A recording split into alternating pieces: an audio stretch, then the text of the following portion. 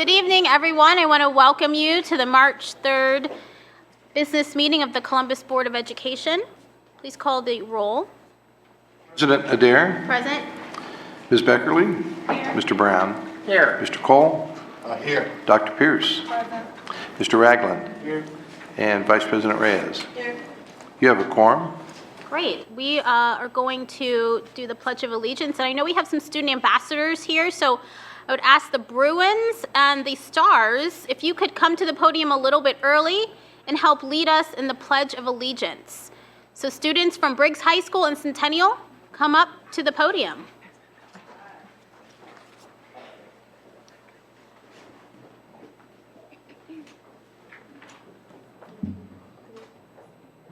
You just have to start it.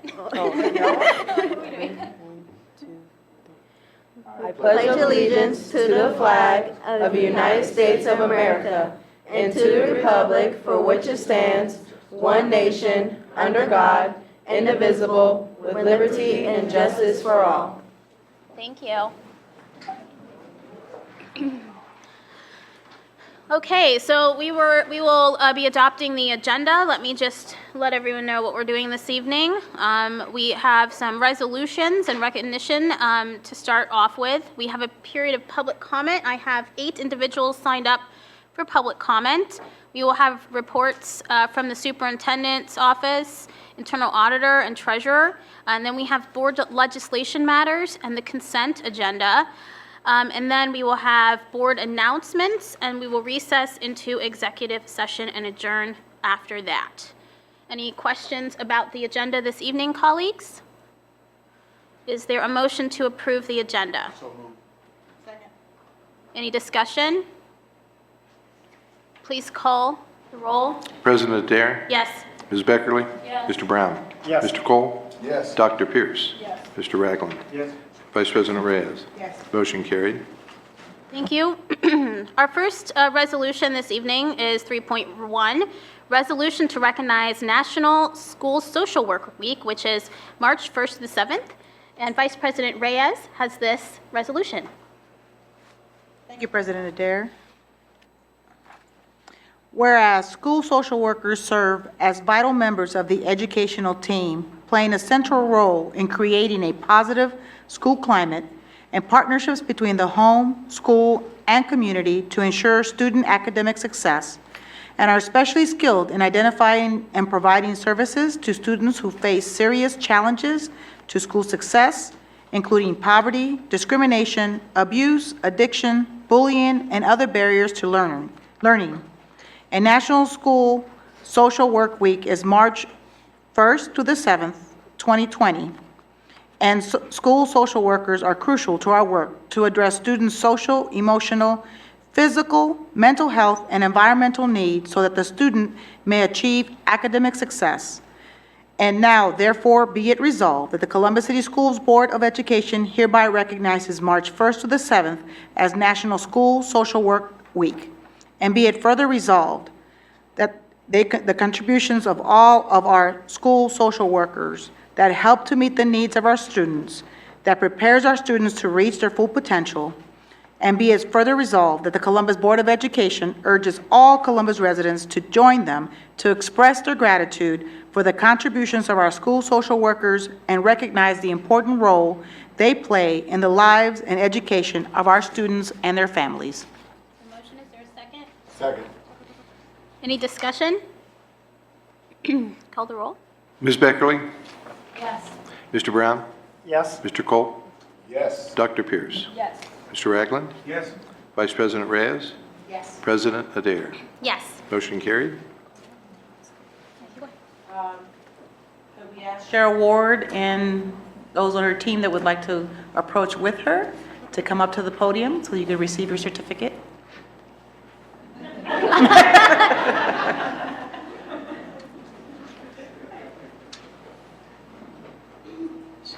If you'd like to say a few words. If you'd like to say some few words. Yes, please.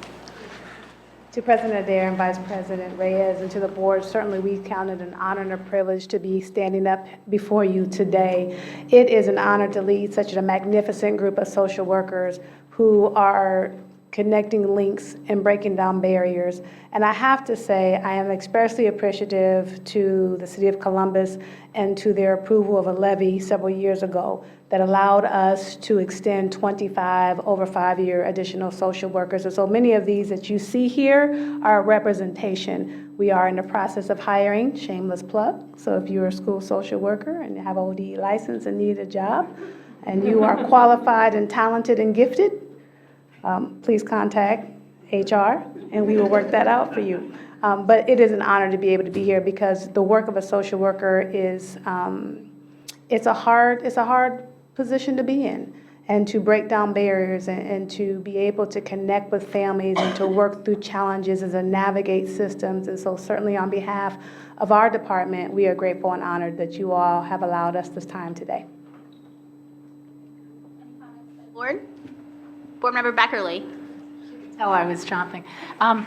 Absolutely, I think the honor is ours, quite honestly. Your work is incredibly important. It becomes more important every day. And we appreciate you. I certainly do, having benefited from your efforts when I was teaching, and I just know how important it is. So thank you. Thank you. Board Member Cole. Thank you, Madam President. It is always a wonderful opportunity every year to get to acknowledge you all for the work that you do for the district, and most importantly for our children. As a parent of someone who had needed these services in the district for a child, this is always a treasure and gives just a peace, P-E-A-C-E, of mind. So thank you again for all your work, and I look forward to continuing to support what you do. Thank you. Board Member Brown. Just want to say thanks to all of you. Good work and keep it up because our kids need you and we do too. Thank you. Thank you.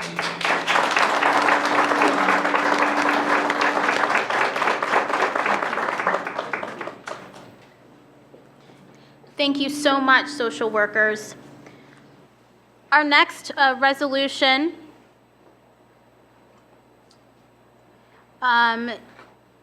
is, I lost my number, item 8.2, 3, where are we? 3.2, I got it. To recognize National School Breakfast Week, which is March 2nd through the 6th, and Board Member Beckerly has this resolution. Resolution first or video first? I'm sorry, we were going to do a video. You were absolutely right. Thank you. Video first. I'm Janine Markham, District Dietitian. I'm Robin Chapman, Assistant Director of Food Services. We're happy to highlight National School Breakfast Week, which takes place the first week of March in our district. It's a recognition of the National School Breakfast Program administered by the United States Department of Agriculture. Data shows that students that eat breakfast do better in school. They concentrate better, focus better, achieve better test scores, and miss less school. Breakfast gives me energy and help me wake up, so we don't get hungry in class. Our Office of Food Service coordinates the marketing materials and communication to our cafeterias and our school staff to help participate in this important endeavor. Students will have the opportunity to try a new breakfast item each morning of National School Breakfast Week. Lunchroom staff will survey the students at the end of the week to see which items they liked best. Hot milk, yogurt, and Oreos and oranges. This important program supports the well-being and academic achievement of our students. Our goal is to increase student participation. More students eating breakfast, eager and ready to learn. It's out of this world.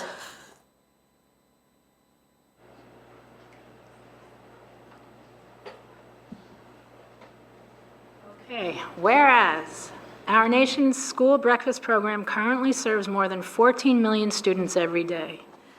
And whereas National School Breakfast Week is March 2nd through the 6th. Whereas the theme of this year's celebration is Out of This World, which reminds the entire school community that school breakfast provides a healthy and energizing start to the day for our students. And whereas studies show that students who eat school breakfast are more likely to reach higher levels of achievement in reading and math, score higher on standardized tests, and have better concentration and memory, be more alert, and maintain a healthy weight. And whereas the Columbus Board of Education appreciates the men and women of the Food Services Office who prepare and serve school meals each school day and help nurture our students with their daily interaction and support of their social, emotional, and academic success. Now therefore, be it resolved that the Columbus City Schools Board of Education hereby recognizes March 2nd to 6th as National School Breakfast Week. And be it further resolved that the Columbus Board of Education honors and values the contributions of all our Columbus City Schools nutrition employee team members that help to meet the nutritional needs of our students and create a world-class model of public education that prepares our students to reach their full potential. And be it further resolved that the Columbus Board of Education urges all Columbus residents to join them to express their gratitude for the contributions of our school nutrition employee team members and recognize the critical role they perform for our students and families each and every day. Second. There is a motion and a second. Call the roll. Okay. Wait. Oh, I have to vote first, sorry. Mr. Brown? Yes. Mr. Cole? Certainly, yes. Dr. Pierce? Mr. Ragland? Yes. Vice President Reyes? Yes. President Adair? Yes. Ms. Beckerly? Yes. Motion carried. Okay, now will Director Brown, Lois Carson, and Assistant Director Robin Chapman want to join us at the podium to receive your... And any of those food service team. Yeah, any other that- food service employees that are here. Would you like to say a few words? Certainly. Good evening, President Adair, Vice President Reyes, members of the board. It's my privilege to be a part of this team. I find it interesting, or not interesting, but fitting that social work and breakfast are all together because at Columbus City Schools, we're all about the whole child and how do we take care of the child in every way possible. And breakfast or meals is the most direct way that we can contribute to that. The research has indicated and shows that a student that's hungry isn't prepared for higher learning in the classroom. So we take very seriously our part to make sure our students are as ready as possible to learn and achieve their goals in the classroom. Thank you. Thank you. Any comments from board members? Vice President Reyes. Thank you. I also want to echo the thank yous for the opportunity to serve our students. But I think what a lot of our community doesn't realize is we were the first district that actually provided free breakfast and free lunch for all of our students regardless of income. So that is something to be proud of as a district, as a board, as employees, staff, everyone, to ensure that all of our kids get two healthy meals here, and I know we have other programs to ensure that if they need services when they go home, we've got that too. But again, the first district to do that, we may be we were the trendsetter. There's a couple districts that probably still need to follow, but I appreciate that opportunity as a person that grew up with free lunch all through her public school career. It was essential for me and my 8 brothers and sisters to receive that wholesome meal, and it actually exposed me to different food that I hadn't tried before. Didn't like it all, and I know some of our students probably want to say the same thing, but it's definitely an opportunity to be healthy and learn. So thank you. Board Member Cole. Thank you, Madam President. I just want to take the opportunity again this year to thank you all for being the unsung heroes of Columbus City Schools. Whether you understand that or believe it or not, there's often no more intimate connection between a child and a staff person in the building outside of a teacher than that of someone who is in our classified employee class of food service or even the bus drivers. So thank you for all that you do for the district, and just keep up the great work. Board Member, no, okay. He said it. Oh, Board Member Beckerly would like to say something from the podium. This is kind of unorthodox, but I just realized I wanted to say, and I know that I'm getting to be dreadfully boring and predictable, but you all were part of my team when I was teaching, both in terms of feeding my students and also greeting them and being what Board Member Cole said, real bright spot and intimacy in their lives, and I thank you personally.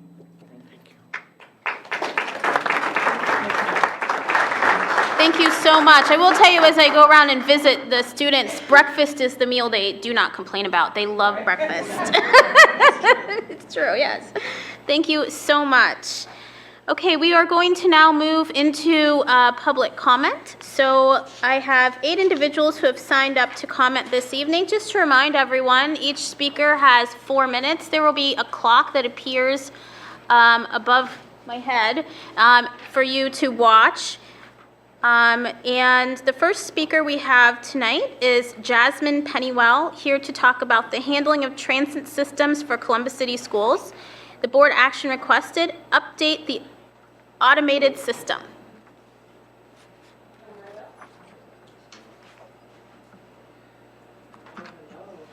Good evening, President Adair, Vice President Reyes, Treasurer Bahorik, International Auditor Smith, members of board and Superintendent Dr. Dixon. My name is Jasmine Pennywell. I have a child here that goes to Ames. And I just quickly wanted to talk about some things. I spoke with Mr. McElroy too today, so he answered some of the questions that I have. But so he also thought it was great for me to still come and say what I need to say. So that being, there needs to be some way where that bus bulletin is spoken about. Like when I get that card in the mail every time that says, Goodyear, this is the bus route that your child should be on. In red letters, it should say, register here so that you can get text messages to know the updates and the statuses of your bus.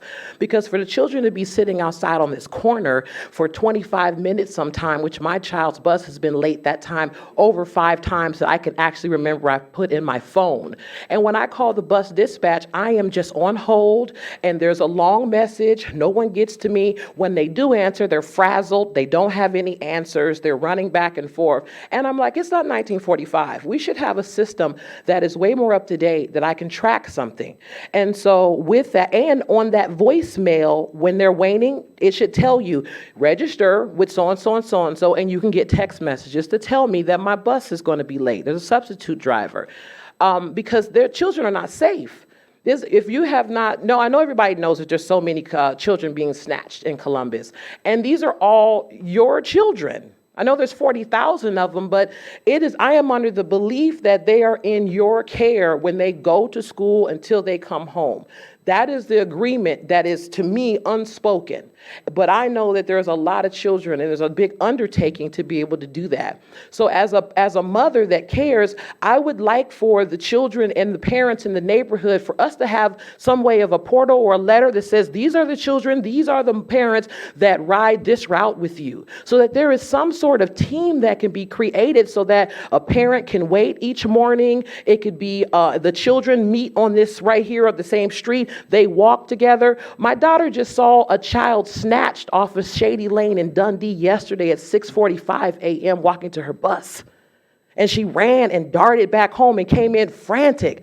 And I had been going to the bus with her, but I have a brand new baby. So it's been hard. So I also think the self-defense class should be offered through the school, because these children, again, are still your responsibility. And these gaps where we have to send them to school, and if we don't, we are penalized for it, should not be areas where I'm praying constantly that my child is going to make it home. So I would love to be able to have some type of rapport where the people I cross every day are not strangers. But unless there's something physically that says, hey, this is the people that are in your neighborhood, I get something that tells me there's a pedophile or sex offender in my neighborhood. I get a phone call or a message that says school is closed due to weather. I get a principal message. I feel like a lot more information should be given so that the parents can galvanize. Because it seems like, oh, parents don't care. A lot of parents don't know, and they're not all app savvy. Our children are, but we're not all into it, you know? So these are some of the things that I would love to create as a parent watch. And the self-defense is a huge situation for me. That's something that I think should be offered, because there has to be some way of educating the students for where they are and what they're living in right now. Because I never see a police officer in my neighborhood. I never see anybody rotating around, but there's been that suspicious white van with the windows with paper on them and the lock on the back that's been spotted in the neighborhood 2 times. And I know that you are in a higher place trying to make bigger decisions, but that getting to school in the morning and getting home, that safe ride, that Tyler Drive system that's supposed to be coming up, this stuff should be as mandatory as everything else is made out to be. And even if it can't be mandatory, it can be worded as such, because a lot of stuff is just worded as mandatory and it makes people act. Thank you so much. Stay right there. We have some clarifying question by the board. Dr. Pierce. So as a parent of students who ride our buses every morning and every afternoon, first I want to thank our transportation workers for helping to transport our students safely, and I appreciate your comments. Does your school currently have a walking school bus? Have your principal or administrators talked to you about that as a potential option? A walking? A walking school bus. I don't know what that is. We use it in some of our buildings, some of our schools have it, and so it's an opportunity for parents to come together and lay out a pathway for students to walk to school or to walk to school buses. And I know it's a building level program that we have, and maybe we could share information about those opportunities to create and scale up what we're doing in some of our schools around the walking school bus. But again, thank you so much for that. Thank you. Board Member Ragland. Ms. Pennywell, thank you so much for your advocacy for the safety of all of our young people. Have you spoken with other parents in your neighborhood regarding some level of organization for your neighborhood, specifically around times when students will be walking to and from the bus stops? I would love to, but only ones that I know are 2 children that are at the bus stop in the morning, and my daughter doesn't know them. And I'm like, well, I'd love for it to meet their parents. I'd love to have some way of knowing, so if something's missed, everybody rides together versus all of that. But as I said, everything seems so separate. You're not supposed to approach people about certain things or say something about somebody's child. And because we're in this mentality, this kind of stuff in the shadows gets to have access, because everybody's like this. So if there was a way or a portal or something or a letter that said these are the parents, I would be the one. Like, can we meet? Can we do whatever? Because I will do this day of the week. Can you do this day? Yes, ma'am. And so what you would like to see is the district advocate for the creation of something like this. Is that what you're asking for? Absolutely.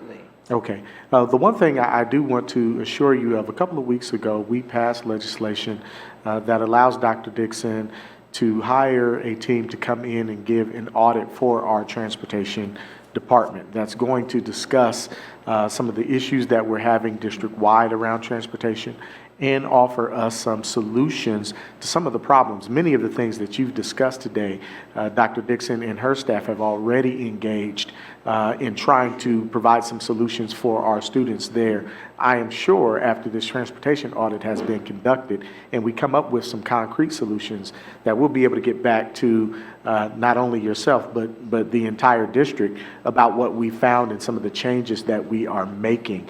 I'm not sure who is Mr. McElroy. You did speak to Mr. McElroy, correct? Yes. And what was his response specifically for district advocacy in the area that you're asking for? Well, to speak more, to have a better dialogue with regards to him, and he told me about these programs with the Tyler Drive and the bus bulletin. Sure. And I, as a mother, because I felt that bridge of a gap where he's here and we're all here, and it's like I can't get the support I need, but we're all saying I don't have the information to know even how to galvanize. So I'm trying to, for me, use my passion as some type of a voice, because I would go to other schools, parent-teacher meetings, and speak for 4 minutes about, do you know you have this? Do you know that you can do this? And if there's something on the web that people can go to register and find their area or whatever, I would love to be able to spread something that's working. Yes, ma'am.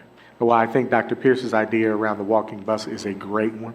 And I am hopeful that you continue to use your energy and your voice to advocate for the students, not just in your neighborhood, but everywhere else. I think what you've mentioned is a lack of a neighborhood response to this problem, because things have, kind of gone astray within our neighborhoods over the last 30 years.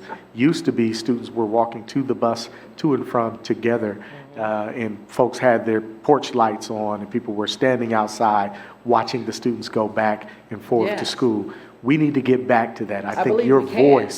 your voice can help us do that. So thank you for coming down and sharing with I us believe today. we can do that. So thank you all, and if someone can be in touch with me in any way I could help, I greatly appreciate that. Thank you so Thank you much. for your time.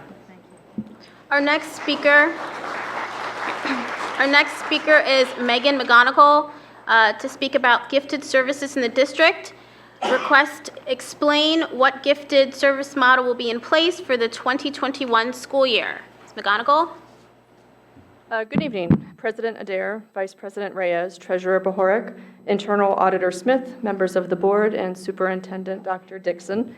My name is Megan McGonigal. I am the parent of 2 students in Columbus City Schools, both of whom receive gifted services. I'm here tonight because of the decisions made by Chief Academic Officer Tracy Ocasio related to gifted education in our district since February 21st, and the questions that that has caused amongst our families and our staff, even after revised documents were emailed to all of us. For example, for elementary school gifted services, the plan says CCS is adding 16 new gifted services positions at the elementary school level, bringing its total to 35 staff members for the 2020-2021 school year. It adds that this expansion will include gifted services in every elementary school building in CCS. We currently have 60 elementary schools. Thus, we're wondering if the GIS positions will be sharing schools, since there's 35 GIS new positions. And if so, how will the staffing decisions be made, and who will be making those decisions about how that falls out of, do we just divide it by number of schools? Is it divided by number of identified students in the buildings, et cetera? My second question for elementary regards the expansion of services to K through 2 students. Will the GIS who is responsible for grades 3 through 5 also be the GIS who now covers kindergarten through 2nd grade, or will there be additional staff? Are the PETS, the primary education thinking skills staff, going to be responsible for this expansion to K2? If the answer is that one GIS will cover services for K through 5, what will the schedule look like? It seems possible that 3rd through 5th graders could be receiving less time than they previously had with their GIS. So we're also left just wondering, what is the goal of the expansion of these services? For middle school services, the plan says that the district is expanding its services to provide gifted core enrichment to students in grades 6 through 8, identified as gifted in superior cognitive ability or creative thinking. Can you explain what core enrichment means in this context? And can you give me some examples of what this model looks like? I know it is a relief for many of us to see that the district-wide enrichment activities such as invention convention, debate tournaments, chess tournaments, and math competition will not be cut as a result of these staffing changes. The plan says that gifted services staff will have time built into their day to plan and coordinate these events. Which gifted services staff members will be responsible for this work? One of the documents that came home said that the 2 district-level gifted resource specialists will assist in offering district activities and administering assessments as needed. Just to clarify, does this mean that the 2 staff members who next year will act as gifted testing coordinators will also plan the district debate tournaments, the math showcase, the Words of Wonder, student oratorical, elementary, middle school, high school chess tournaments, invention convention, and breakfast of science champions?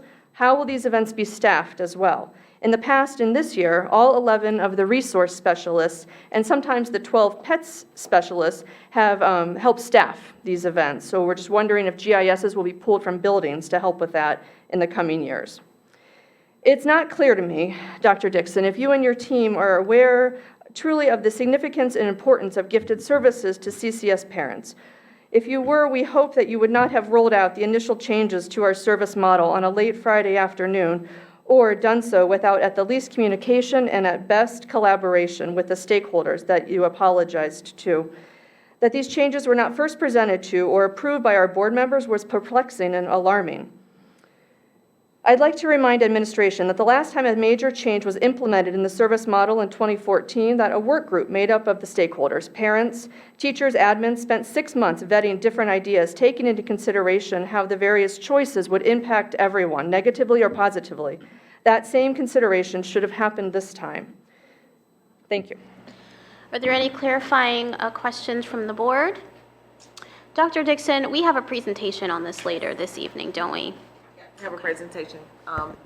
The director is presenting after doing the superintendent's report. And so she would be able to answer all of your questions. Yep, thank you. Okay. So if you want, hopefully you will stay around and listen to that presentation. Yes. And if you have questions after that, we'll make sure that you can get with the appropriate staff to make sure all your questions are answered. Right. Thank you for coming this evening. Yeah. Our next speaker is Stella Moffitt, who is here to speak about gifted services, more explanation on the importance of gifted and the enrichment options for students.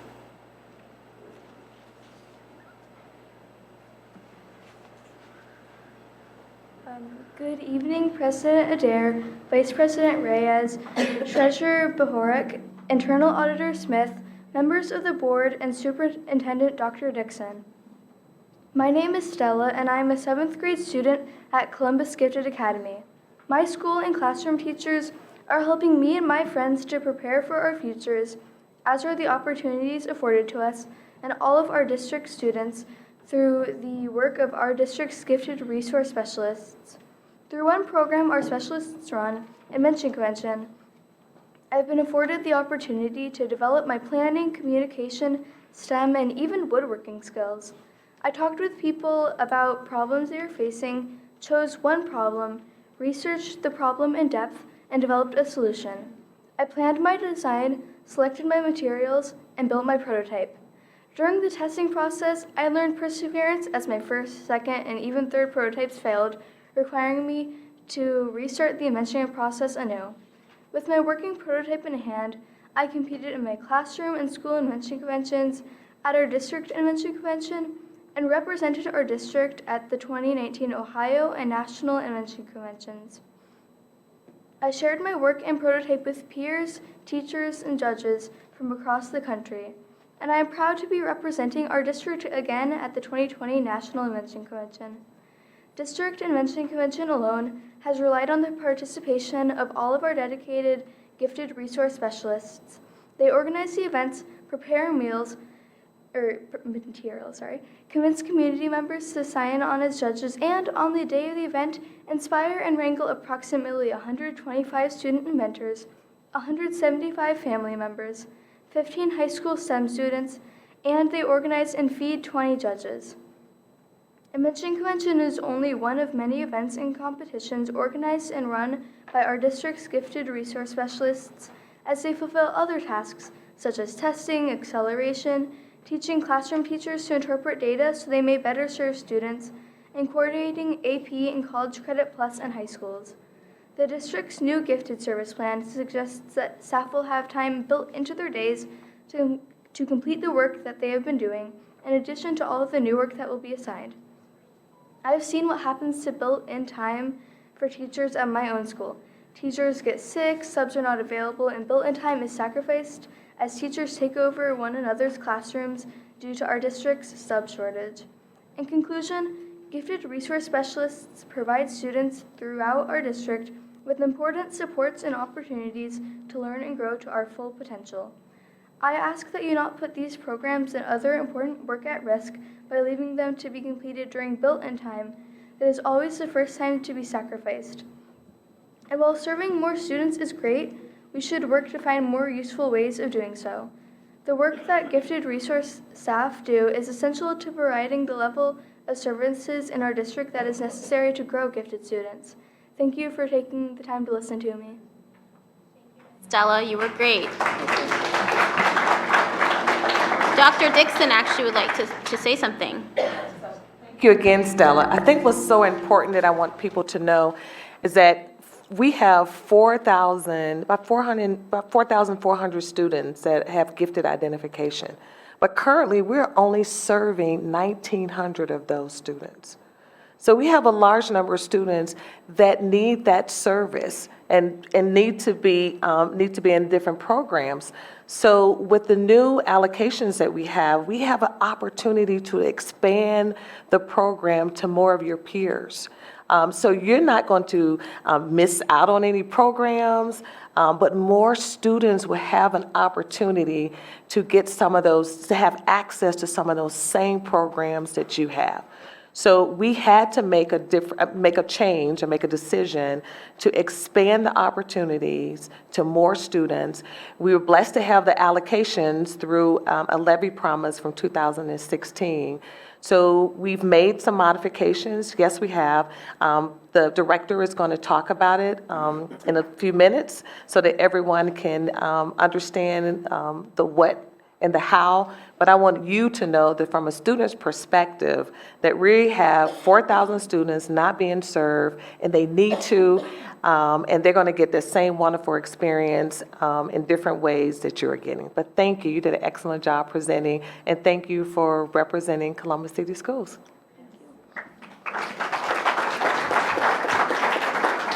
Stella. Our next speaker is Sherry Staywith, who wants to talk about school redistricting. The board action: redistrict the crossing at Grove City Apartments from Columbus City Schools to Southeastern Schools. Western. I was like, I don't think there is a Southwestern Schools. Good evening, board members. We are here today to discuss our desire to have the crossing at Grove City Apartment Community redistricted to the Southwestern City School District. Our community shares boundary lines on all four sides with Southwestern City Schools. We are a brand new community and have initial prospective residents that are already showing interest in our community due to the close proximity to the schools across the street. The likelihood of renting to families with one income or limited transportation is great. If they were to attend the current assigned schools in the Columbus City School District, this could directly affect the ability for the children to participate in after-school activities such as clubs, team participation, sporting events, tutoring, etc. If our residents were to be able to attend Southwestern City School District, they would have a much greater ability to attend and participate regardless of their transportation needs. This is especially important for the younger generation during their critical growth and development stage. Also very important during this stage is to develop social interactions with their peers and their community.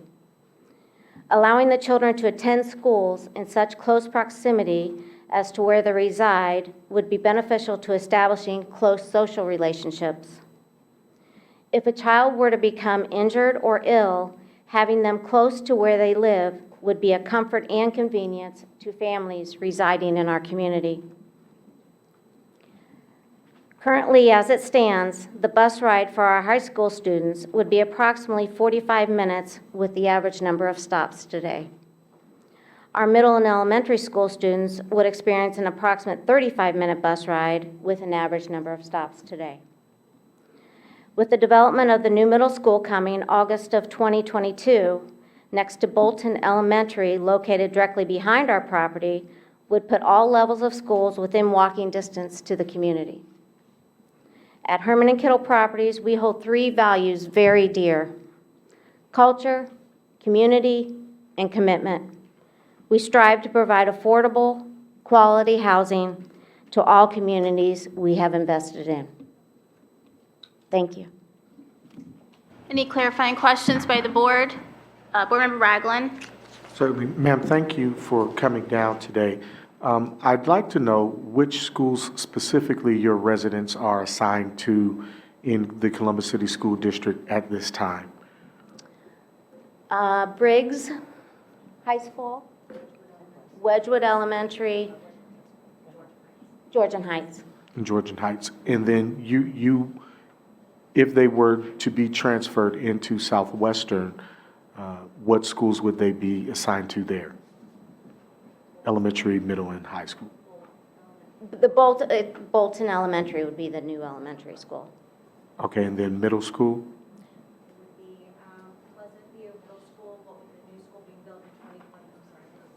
Pleasant View Middle School. Yeah. And Central Crossing High School. And Central Crossing High School. Okay. When this process began, you represent the owners of the property? Correct. Okay. When you all purchased the property to redevelop it, was there a contingency that said that upon purchase, that this property would remain within the Columbus City Schools boundary? Not to my knowledge, no. Not to your knowledge. Okay, I'd like some clarification from the district, if possible, regarding the process by which properties are deemed to remain within Columbus City Schools when they are in these areas. I know some things have changed over the years, and so, I mean, this doesn't necessarily have to be today, but if I can get a little bit of more understanding, I believe, around that process, that would be helpful for me.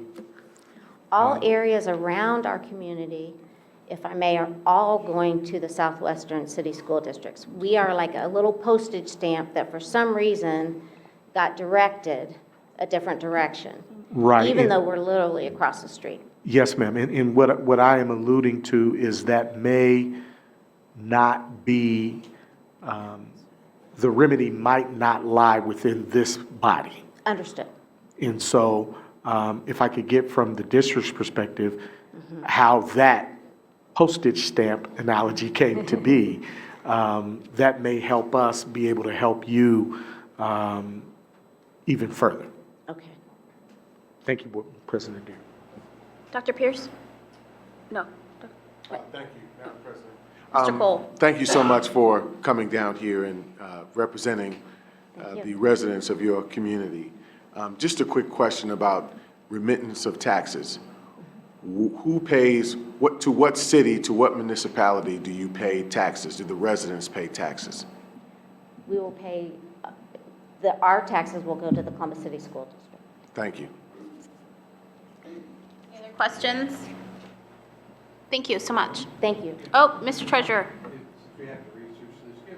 It's on this property? 4850 South Big Run. Grove City. We received communication. We have a letter from them. I read it. Oh. And I don't believe this is a legal description of the property. I just didn't see a street address. Yes, sir. Yeah. 4850 Okay. South Big Run Road. And it's an apartment complex? It is. Okay. 178 units. Thank you. Thank you so much. Oh, no, not yet. Board Member Brown, sorry. Question that, the treasurer's question. While I was here listening, I was also looking up the property to see where this was located, and it shows me an address of 4454 Dogwood Tree Way. Yes, but because we are under construction, nothing gets directed to that particular address, not even Google. So we have to go with the 4850 Big Run. Okay, thanks. You're welcome. Okay, any other questions? Okay, thank you. Thank you so kindly. The next speaker is Angela Fuentes, here to speak in support of Dr. Michelle Milner. At board action, reconsider Dr. Milner's position at Columbus Scioto.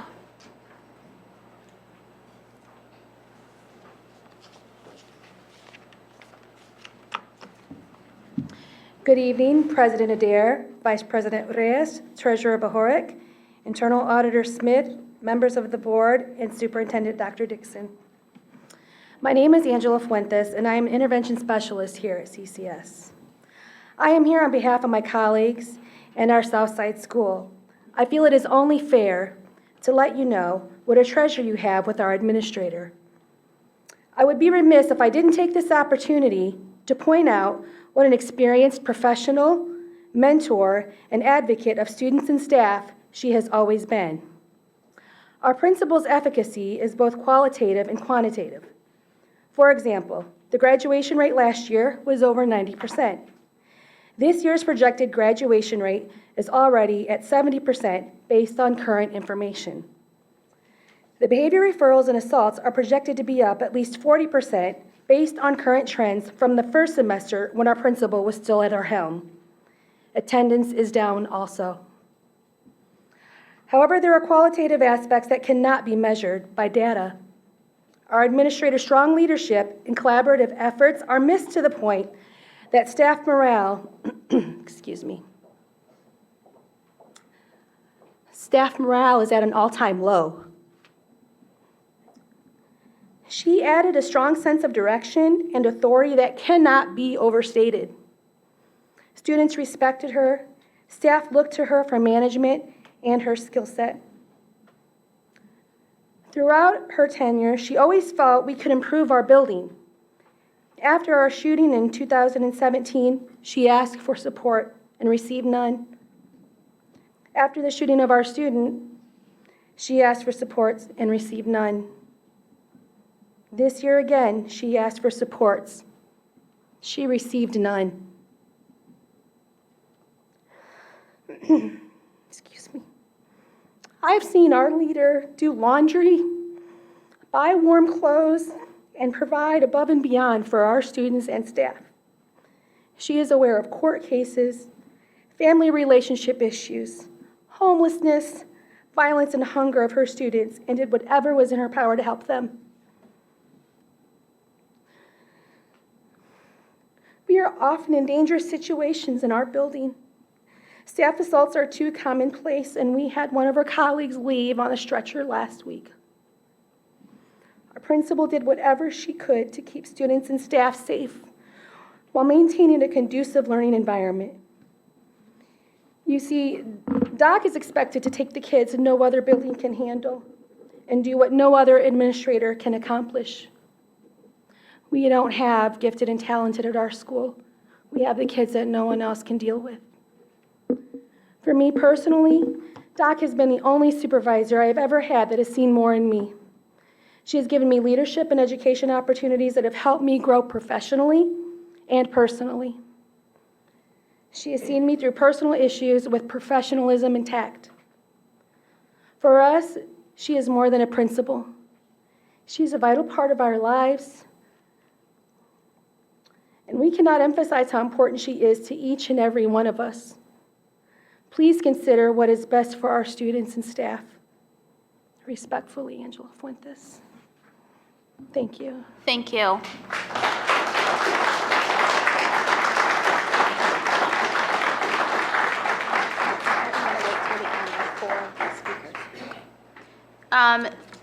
The next speaker is Laci Crawford to speak about the same topic, requesting the same board action.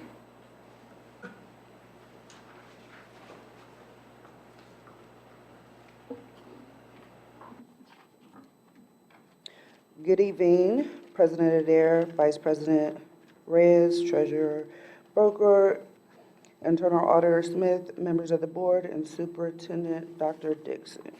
My name is Laci Crawford. I'm an intervention aide at Columbus Iota. Just wanted to talk a little bit about our principal and our building as a whole. Our principal is exactly what our kids needed. Her longstanding relationships and rapport with the staff, students, and parents has helped tremendously over the years to keep our building at bay. She knows our kids inside out, always doing her best to give our students the support that they need, whether going to basketball games, making sure a student has a warm coat or a pair of shoes to wear, keeping up with who's who in class, who's in JDC, who needs extra support because they're homeless or will be after graduation.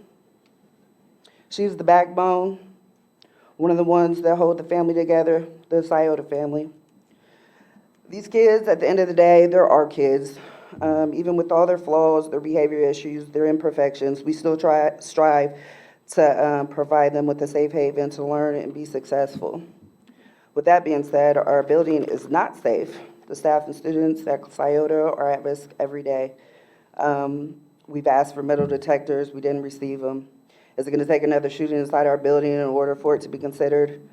Uniforms and metal detectors would be a perfect start to change not only the safety and security of our staff and students, but also to change the face of our building. Our students need to know that when they come to school, it is to learn. It's not to fight peers, not to throw desks and chairs, not to spit and hit staff, not to be disrespectful, but to learn. The population of our students at Scioto are some of the most challenging group of kids to teach and correct behavior. Just to touch on the 10-day thing, for me, our only discipline is 10-day suspension for the whole year. At a traditional school, if you fight, you're getting 10 days of school out, no question.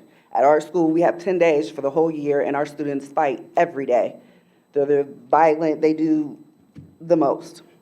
But when you go to these hearings and you hear it's a manifestation of your IEP because you hit somebody before, it's okay to do it again, basically. We're gonna tap you on the hand, we're gonna ask you, don't hit next time. Where are we correcting the behavior pattern?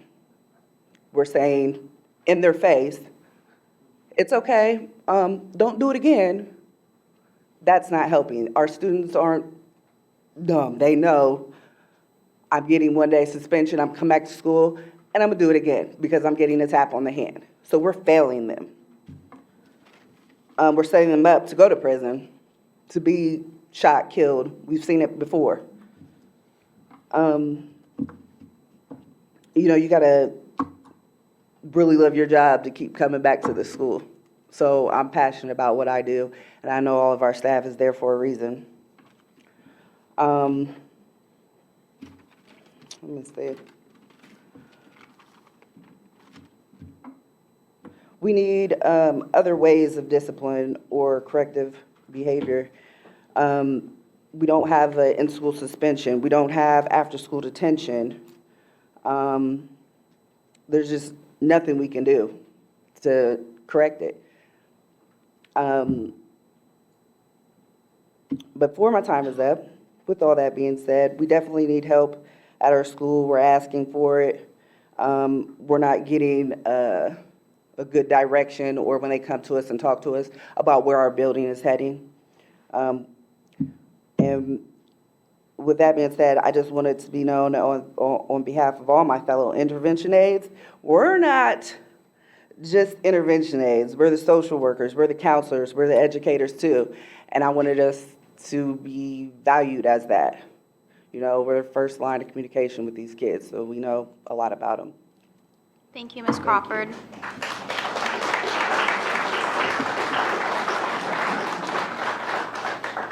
Thank you. Any questions? Since you're all speaking on the same topic, we will do questions at the end, if there are any.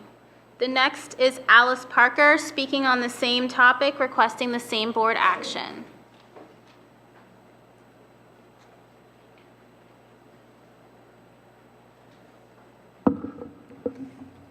Good evening, President Adair, Vice President Reyes, Treasurer Baharak, Internal Auditor Smith, members of the board, and Superintendent Dr. Dixon. I am addressing you this evening in support of our principal of our school. Our principal has served the Columbus City Schools as a teacher, a school special needs consultant, and administrator for many years. She has earned the respect and admiration of her peers, building teachers, and parents during her extensive career as an educator. Our principal's innovative approaches to the district's effort to improve the academic and personal development of our students have resulted in widespread praise among the Columbus City School District. Her effort to promote and improve the performance of students and staff have always been in direct alignment with the district's academic and overall performance goals.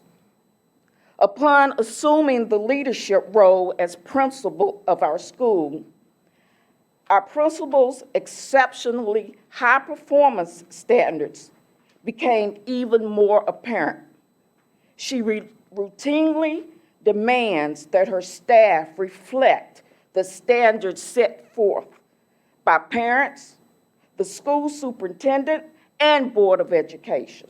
She has never wavered in her ongoing drive to promote exceptional results in the school's community commitment to all students and staff. Please consider the preceding and all discussions concerning our principal's future with the Columbus City Schools, to which she has dedicated her academic career. Thank you very much for your consideration in this very important matter. Thank you, Ms. Parker. Our last speaker this evening, Amanda Kelly Jackson, to speak on the same topic, requesting the same board action.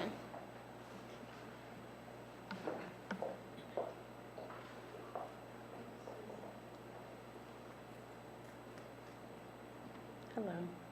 Good evening, President Adair, Vice President Reyes, Treasurer B, Internal Auditor Smith, members of the board, and Superintendent Dr. Dixon. My name is Amanda Jackson, and this is my 17th year with Columbus City Schools as a teacher. I've had the opportunity to be serving students in our district who have been identified as having emotional and behavioral disorders. Not only am I a teacher in Columbus City Schools, but I'm also a proud parent of children who attend our school district. I'm here on the behalf of the students that I teach and our staff at our school. Our school is a separate facility that serves students with severe emotional and behavioral difficulties. During the 2019-20 school year, there have been administrative changes in our school building. Due to these changes, I would like to share some insight about our former principal and her importance to our school. As you can see, my colleagues have already shared a little background knowledge. She has a background in special education, and she has been with the school since it opened in 2013. During this time, she's had about 9 different other administrators who come in and out as vice principals. So she has been our consistent administrator. Her communication is superior. She went out of her way to get to know students on a personal level, their backgrounds, their families, their goals, their mental health clinicians, their liaisons from the court system, FCCS, along with their academic goals. She attended every staffing as kids come into the building and every meeting that took place for every child. From 6th grade through 12th grade, you could go to her in an instant and she could tell you they have a different caseworker. We have a different this. Instantly, she could tell you about a student. They're in a different environment, a different home, a different foster home. She could pull it immediately. She was a hands-on administrator who was always available. She was always proactive instead of reactive in times of crisis for our students in need. She was always able to keep communication between home and school current, keeping staff aware of our students' needs and their mental health state at the time. I'm not sure if you guys are aware, but when you deal with this type of population, it's forever changing. So a kid may be in crisis one moment, not the next, different placements, and she stayed in that loop constantly.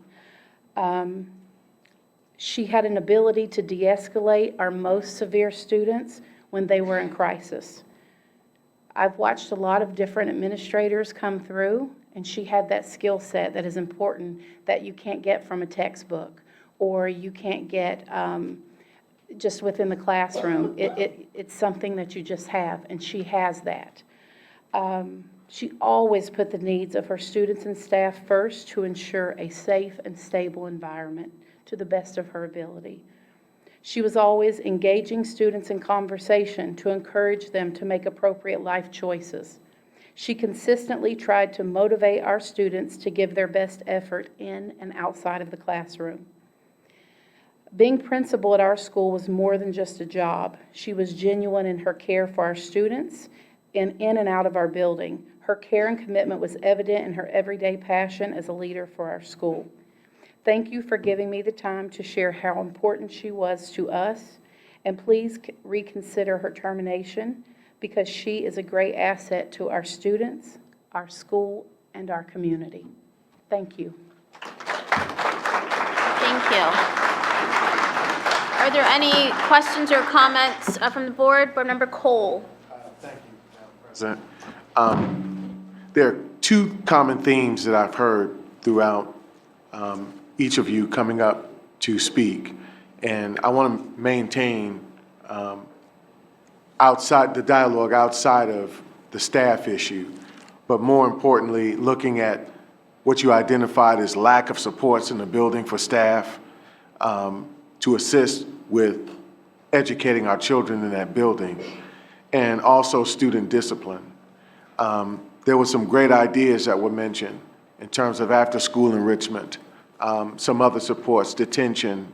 I'm not sure about what the student discipline current situation is there. I would love to get more information on that. I'd love to figure out and hear more about what the administration is doing to address the issues of what are suggested to be lack of supports for students to deal with student behavior issues. I'd like to learn a lot more about that moving forward. Any other comments? Okay, thank you. We will move into the reports from our direct reports. The first up is the superintendent. So thank you. I would like to start tonight by welcoming our next set of student ambassadors from Briggs High School and Centennial High School to provide an update to the board on important events and critical issues at their schools. During each regular business meeting through the end of the school year, I have invited the superintendent student ambassadors from each of our schools to speak publicly before the board. We have already heard from the ambassadors at Columbus Downtown, Walnut Ridge, East, and Northland. So now I would like to welcome to the podium the student ambassadors from Briggs High School. If you would come up, introduce yourselves.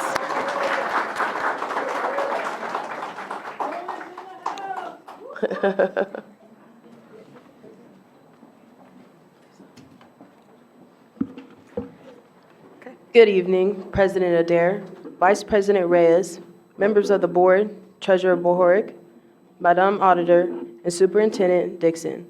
My name is Melissa Foster, this is Laci, and this is Jasmine. We are the student ambassadors from Briggs High School. And we'll be talking about what we think is a great thing about Briggs High School. I will be talking about our extracurriculars and my personal experience of being a part of them. Laci will be talking about our diversity, and Jasmine will be talking about the staff and teachers. As an athlete and academic achiever, I found it easy to be a part of or find extracurriculars that suited me well. Some clubs that Briggs has are Key Club, Poetry Club, Chess Club, and Eco Bruins. We recycle every Friday. Some of the sports activities that Briggs has are soccer, wrestling, cheerleading, cross country, golf, and many more. This topic is important to me because by having these extracurriculars at Briggs High School, it gives the students the chance to discover their capabilities and skills that will be useful for them in their future. This past season, I participated in wrestling. It was my first year, and I ended the season going 10-6, and I also went to the first annual Girls State Wrestling Tournament. By doing wrestling, I learned to believe in myself more than I had before, to go 100%, not 50%, to work hard, encourage, and help others too. Both my coaches, Coach Chico and Coach Nick, and my teammates have taught me these things. I am grateful for all of them. By learning these valuable characteristics and being involved at Breaks High School, I'm not only better as an athlete and academic achiever, but as a person as well. Thank you.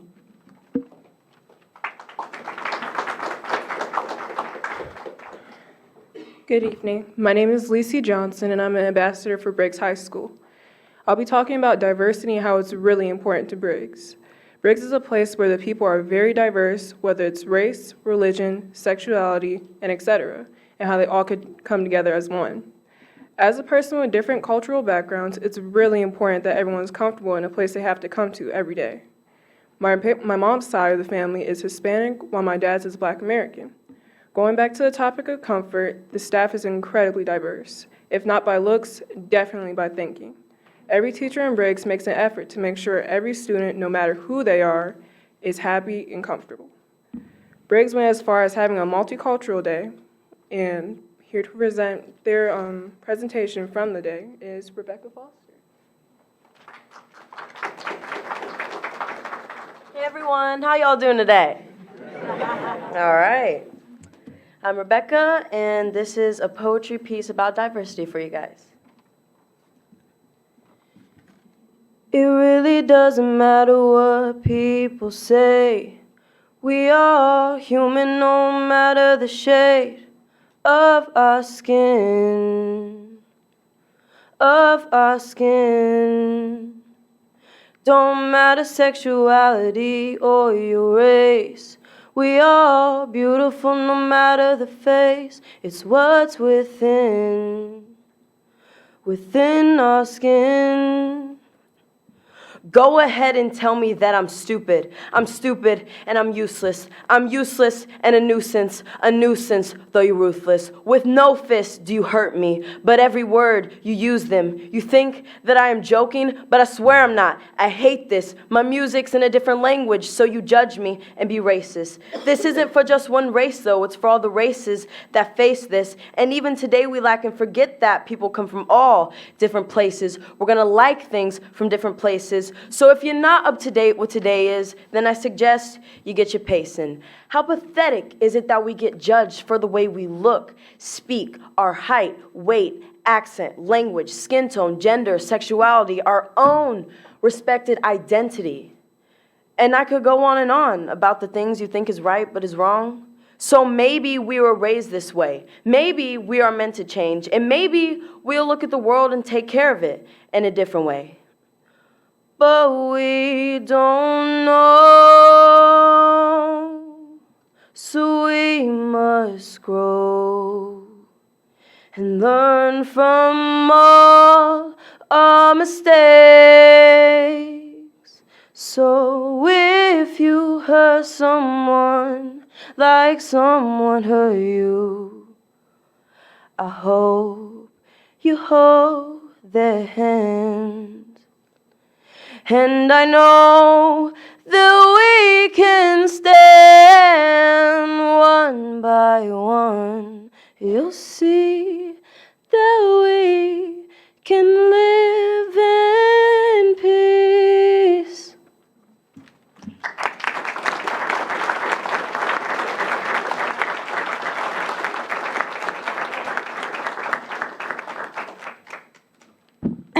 Thank you, Rebecca, for that. Buenas tardes, good evening. My name is Jasmine San Juan Reyes. Today I chose to talk about our teachers due to the fact that they leave, a huge impact on everyone. They are our backbones to every student's education. For example, Mr. Nance, who is somewhere behind us. Over here, yep.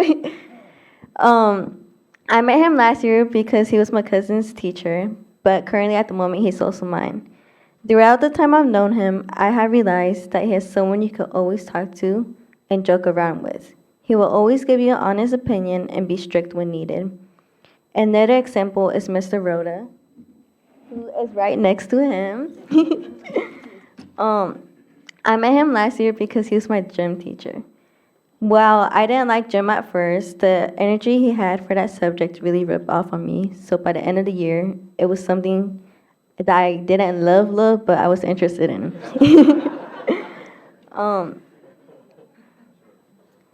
With Mr. Rhoda, I would have conversations about anything going on in my day or about anything that I read in the news. Both teachers, no matter what your day was like, will always try to make it better. Now that I talked about my personal experiences with teachers, I want to talk about teachers in general. At Briggs, teachers don't just stick to your job descriptions, they go beyond that. They get to know you, push you to do better, and while some don't like getting out of the comfort zone, which is understandable, their passion that they have for the subject will rub off on you. If you ask around, every student at Briggs will have at least 2 teachers or staff members that they really like or have left a huge impact on them. We, the student ambassadors, have invited our favorite teachers to come and support us on this day. At Briggs, every teacher is your teacher, even if you don't have the class. And before I end, I would like to thank Mama Mia for choosing us to be the student ambassadors for Briggs High School and for giving all of us, including Rebecca, the opportunity to come forward and talk to you guys this day. Thank you.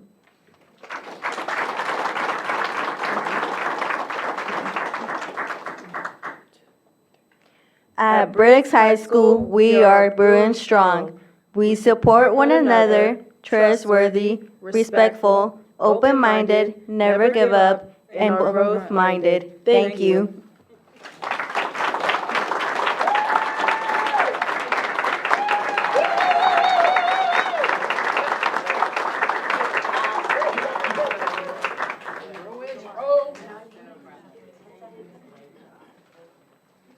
Principal, I thought I saw Dr. Tanya Milliken. The principal and the staff members, stand up, please. Yeah.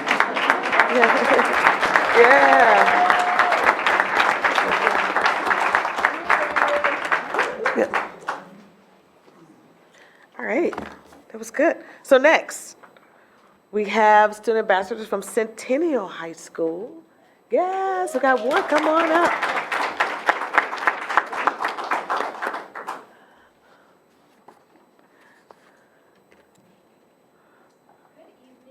Adair, Vice President Reyes, Treasurer Bahoric, International Auditor Smith, members of the board, and Superintendent Dr. Dixon. My name is Fatima Barrow, and I am a student ambassador from Centennial High School. I'd like to take the time to thank Mama Mia for giving me this opportunity to speak to you all, and also for supporting me. I would like to share my own experiences attending Centennial High School for 3 years now. Here is a real story of Centennial High School. Thank you.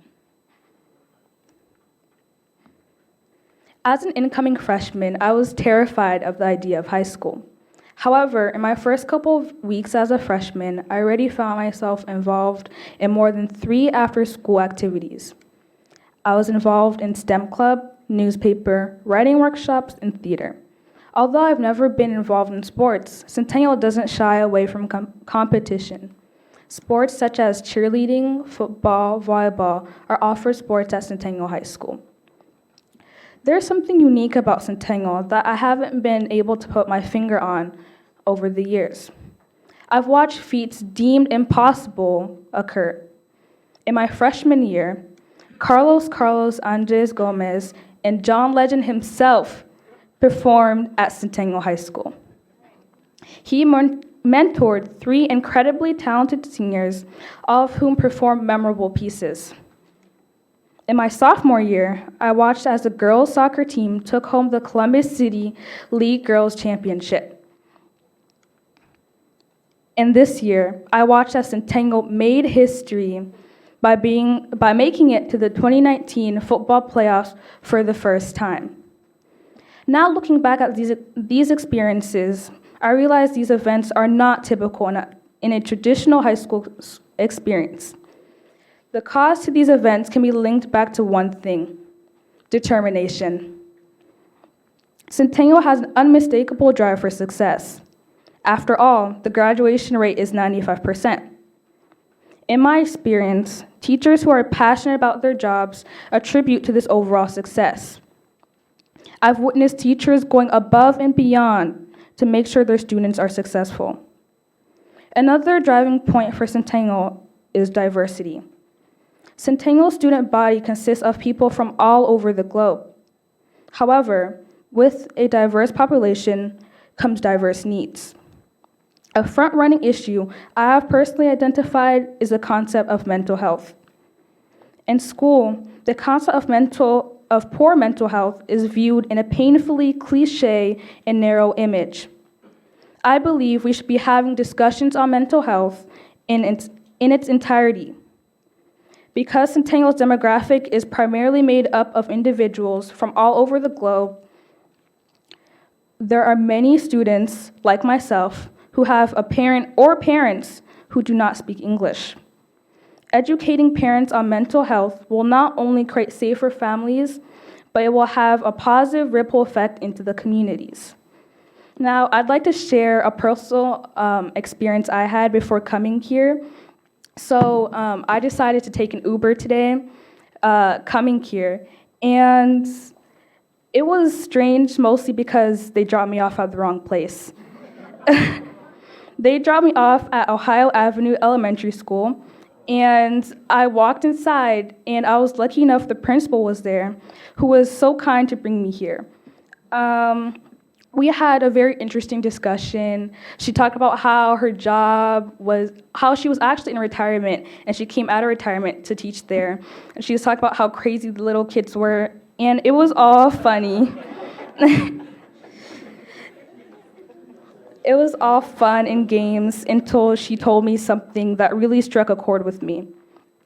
She had shared with me that one of her students, let me clarify, a 7-year-old student, had actually attempted suicide. 7 years old. That to me was just, I didn't even know how to react. A 7-year-old kid should not be even thinking about the concept of suicide. Excuse me. As a district, I believe both students and teachers, as well as parents, should have the resources and tools. Thank you. Should have the resources and tools to combat this. Excuse me. I personally believe a student shouldn't be a manifestation of the problems going on at home. I believe that resources should be spread throughout the communities and that students shouldn't come to school still feeling alone. Moreover, going past that topic, through strong spirit and continuous education, Centennial brings my high school experience to the next level without taking away from my education. It's a perfect balance of both. I'd like to close with a popular saying from Centennial's principal, Ms. Porta, Centennial, where education comes first and excellence is a tradition. Thank you.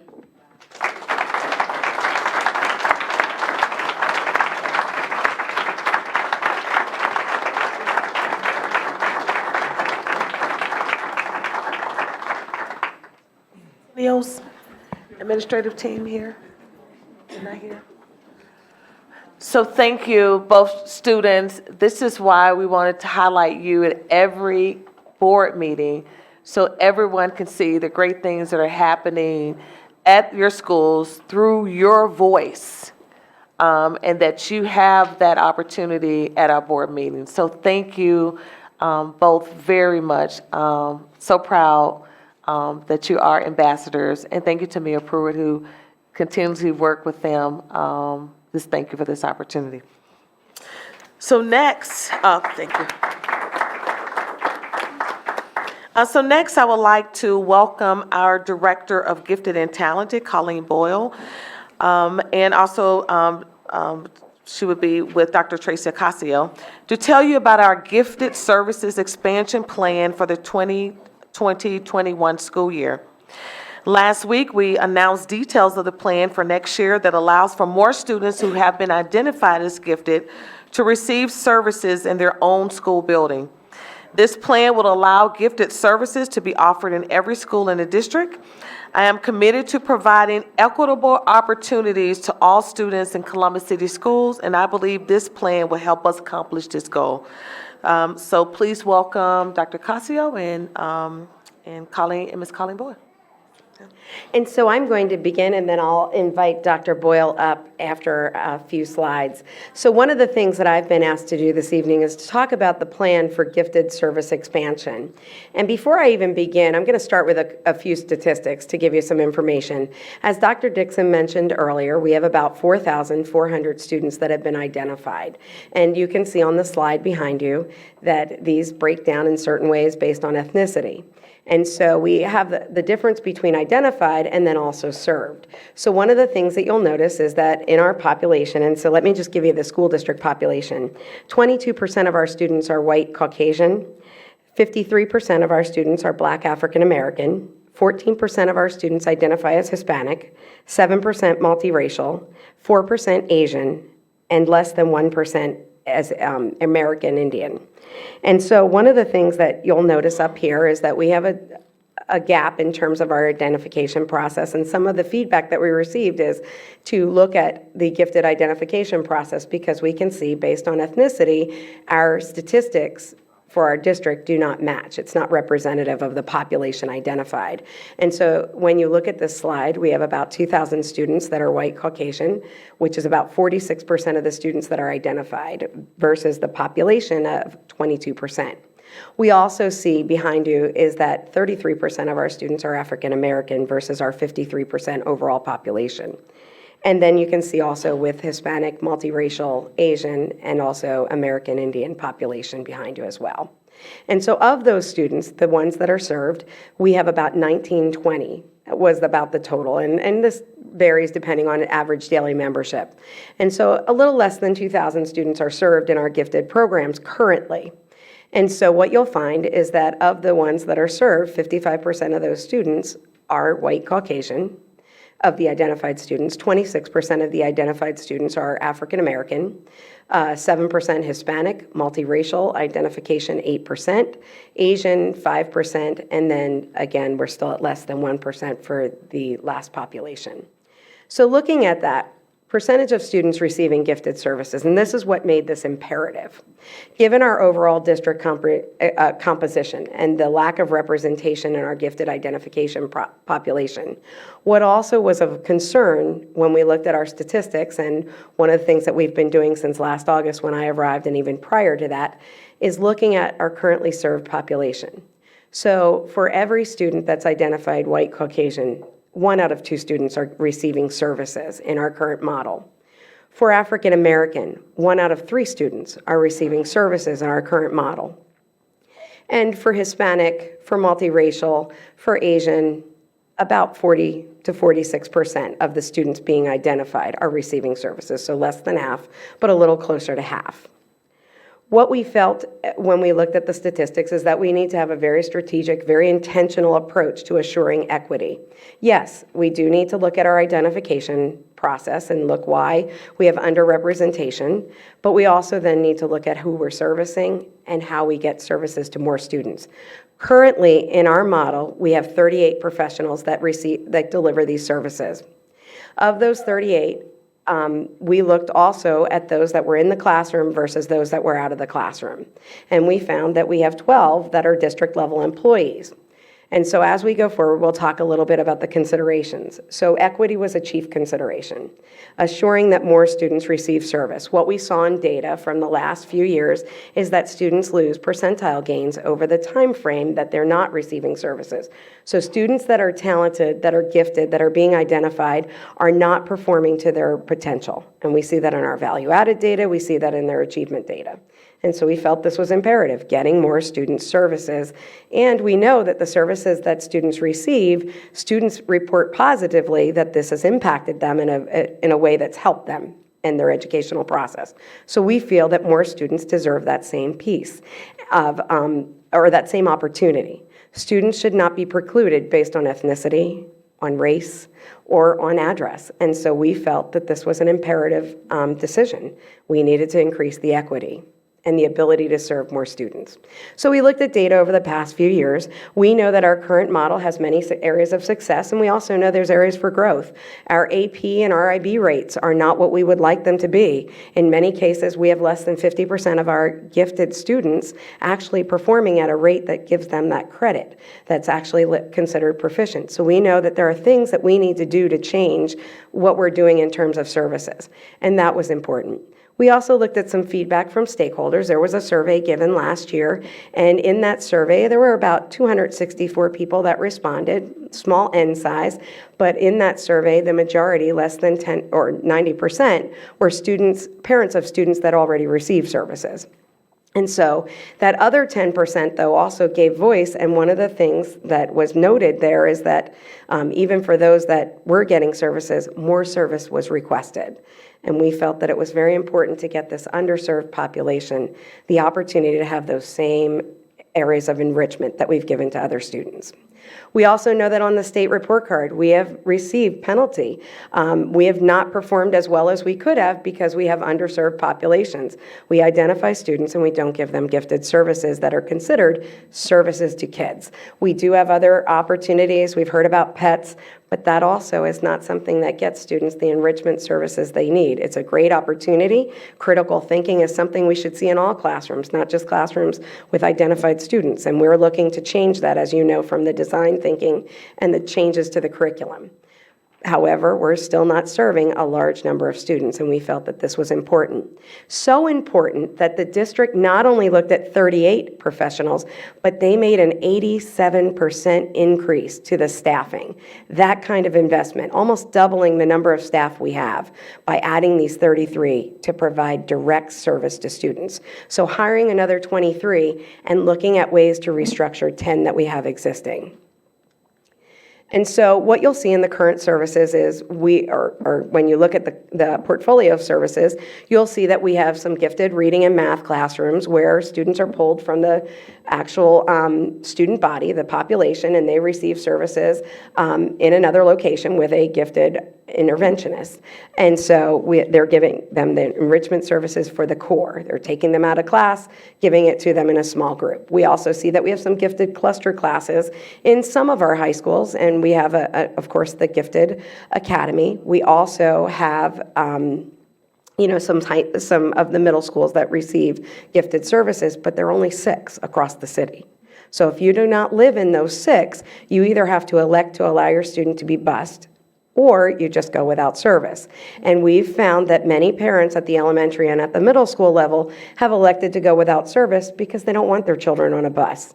They don't want their child to go to a different location, a different elementary, and those of us, that have had more than one child in school at a time, we can see some of the reasons why. They would have to pick them up at different places, they would have to work with 2 faculty, they would have to participate in events, and sometimes that, of course, poses problems, especially if there's transportation issues, etc.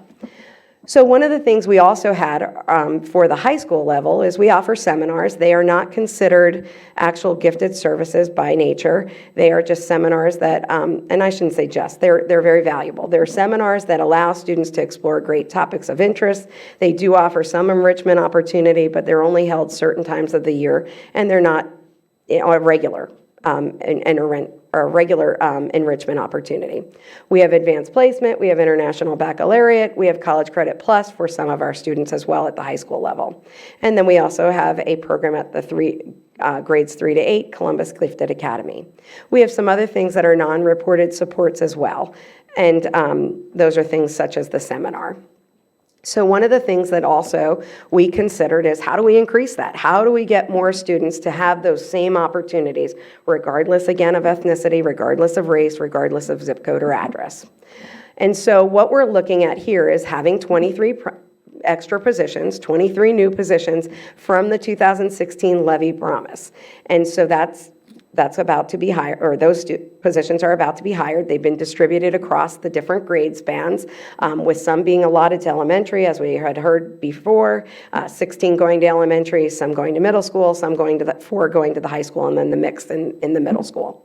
And so what we've done with those programs, yes, we're almost expanding and doubling the number. We will go from 43% of our students served to 63% because we have padded some of those schedules with additional time to offer those district level events and assuring that teachers have open periods throughout the day to provide those events.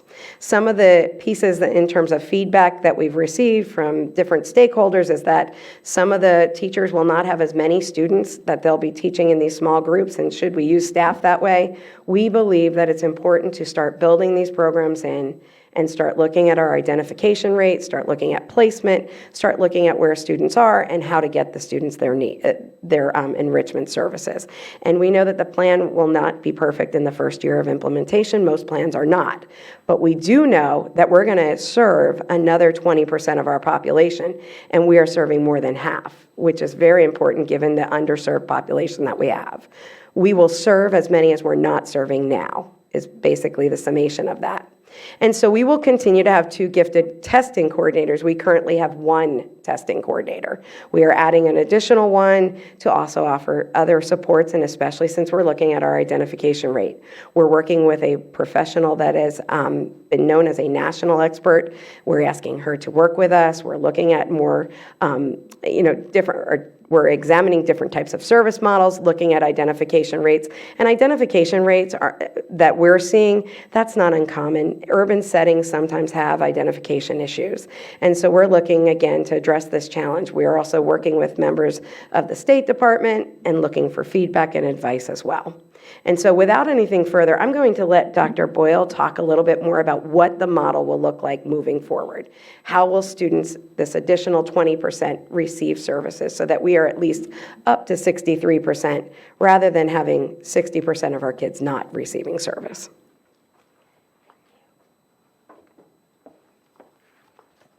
Good evening. Thank you for having us. So as we look to next year, it's important to note that students who are, Students who are eligible for our current services will continue to be eligible. All of the services that Dr. Ocasio mentioned earlier will continue to exist in their current form. So students who've been looking to those will still have those same services available to them. And that includes the gifted reading and math classes, the gifted cluster classes at our 6 middle school sites, advanced placement, Columbus Gifted Academy, College Credit Plus, all of those. Additionally, we're going to continue our primary enrichment thinking skills program that's currently in 39 of our buildings. Even though it is not a reported service, we are starting to see positive impact from that with gifted identification in those schools, particularly with our underrepresented populations. So that will take time, but we are starting to see those successes. But as Dr. Ocasio shared, we also have an opportunity this year to expand opportunities for a sizable number of students. In fact, what we're about to roll out could add opportunities for 860 or more of our gifted identified students next year. So, new for the 2021 school year, we'll begin with elementary. We will be adding a K-2 resource room. This will exist in all of our elementary schools. It will be a literacy-based enrichment program that will occur 4 hours per week, taught by a gifted specialist, for our students in grades K through 2 who are identified as gifted in superior cognitive ability or creative thinking ability or reading. Now, I recognize that math is not on that list. We would love to serve math for those kids as well. But again, as Dr. Ocasio shared, this is year 1, and we're going to start rolling things out and build from there. The idea behind this program is that our gifted specialists will teach enrichment and extended lessons that align with the English language arts curriculum that incorporate critical and creative thinking and fulfill that time requirement for gifted services from the state as well. Again, this will be an opportunity in all of our buildings, which means that if students are newly identified in the middle of the year and qualify for that service, they will be able to slide right in the middle of the year and not have to wait for the next school year to participate. Pardon me. At our middle school level, we will be adding a gifted core enrichment period. All of our middle schools currently have a core enrichment period for grades 6 through 8. Schools use them in a variety of ways for remediation, for extension, for flexible grouping, for extended literacy or extended language arts courses. We're going to create a gifted core enrichment period specifically for students identified as gifted in superior cognitive ability or creative thinking for this first year. It will replace their regular core enrichment period, and it will be taught by a licensed gifted specialist, again with an emphasis on project-based learning, extended lessons that go deeper from the regular curriculum but aligned to that regular curriculum. It's also an opportunity for social emotional support related to those issues that are common among gifted learners. At the high school, one of the things that came back in the feedback from families was a desire for different options for our high school students. So we're excited to pilot a new elective course next year. It's for 9th and 10th graders specifically, because most of our AP and International Baccalaureate courses start around grade 11. So there's a little bit of a gap for our 9th and 10th graders, and this course is meant to fill that gap. It is an elective course that will focus on college and career readiness skills, pre-advanced placement IB study and academic skills to help kids feel confident going into those courses later on. And again, some of those social emotional supports that we know gifted learners often need. Now, because we want to be really innovative, this is going to be an online course. We will have 4 high school gifted specialists who will be teaching the course at 5 high schools each. But the way we're going to set up their schedule is they will rotate physical presence in the building. We all know that online learning is a learned skill in addition to the content itself. So by rotating through the high schools, they'll be able to have a face-to-face presence each week to touch base with students to ensure students can be successful navigating that online experience. We do look at some potential expansions within our AP coursework. I know, for example, one of our high schools that hasn't had AP for the last couple of years has put in a request to add 4 AP courses next year. So we'll see some of those things happening around the district that will add additional opportunities for students. As Dr. Ocasio shared, this together will take us up to over 63% of our students receiving services next year. And while it's not completely where we want to be, it's a first step in that direction. Now, as we've heard, there is great passion for the enrichment programs that our district offers. These have been some amazing opportunities for our students that go beyond the classroom and provide a passion for learning that takes them into the real world experience. You can see on the slide just a few of the programs that my team has offered, and we knew that they needed to remain because of their value. And so, as has been shared, this new staff schedules will have time included for staff to work as teams to plan these events.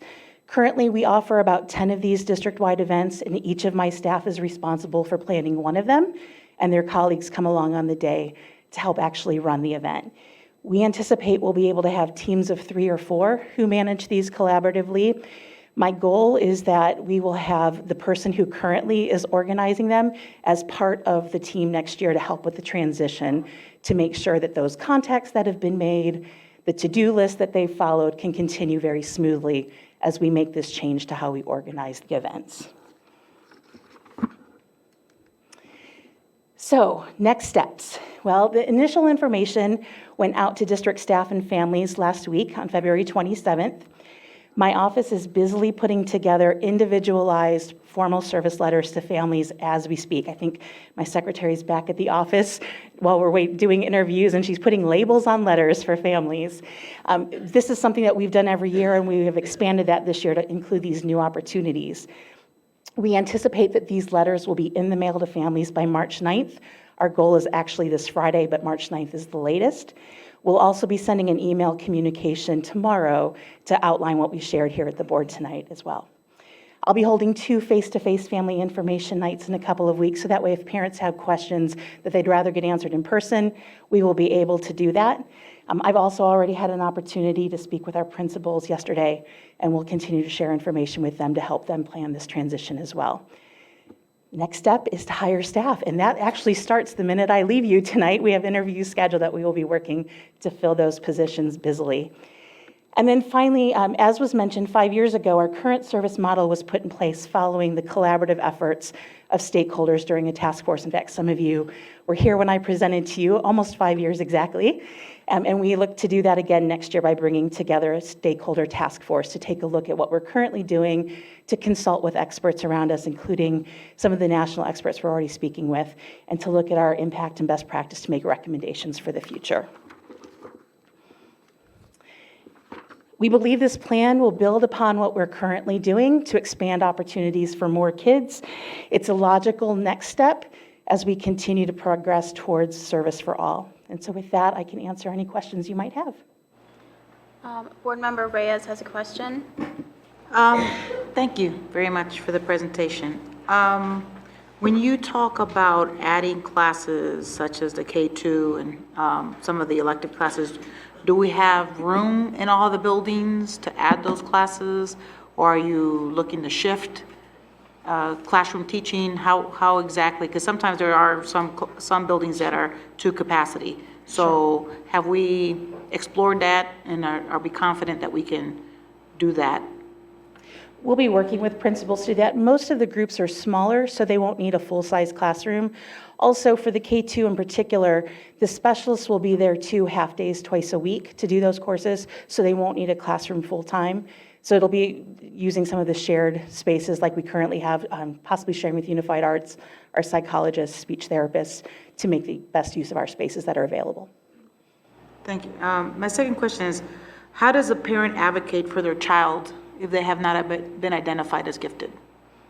We have great opportunities in terms of identification. My PET staff actually have been great contacts with our families because they're in those buildings where we typically have lower rates of identification.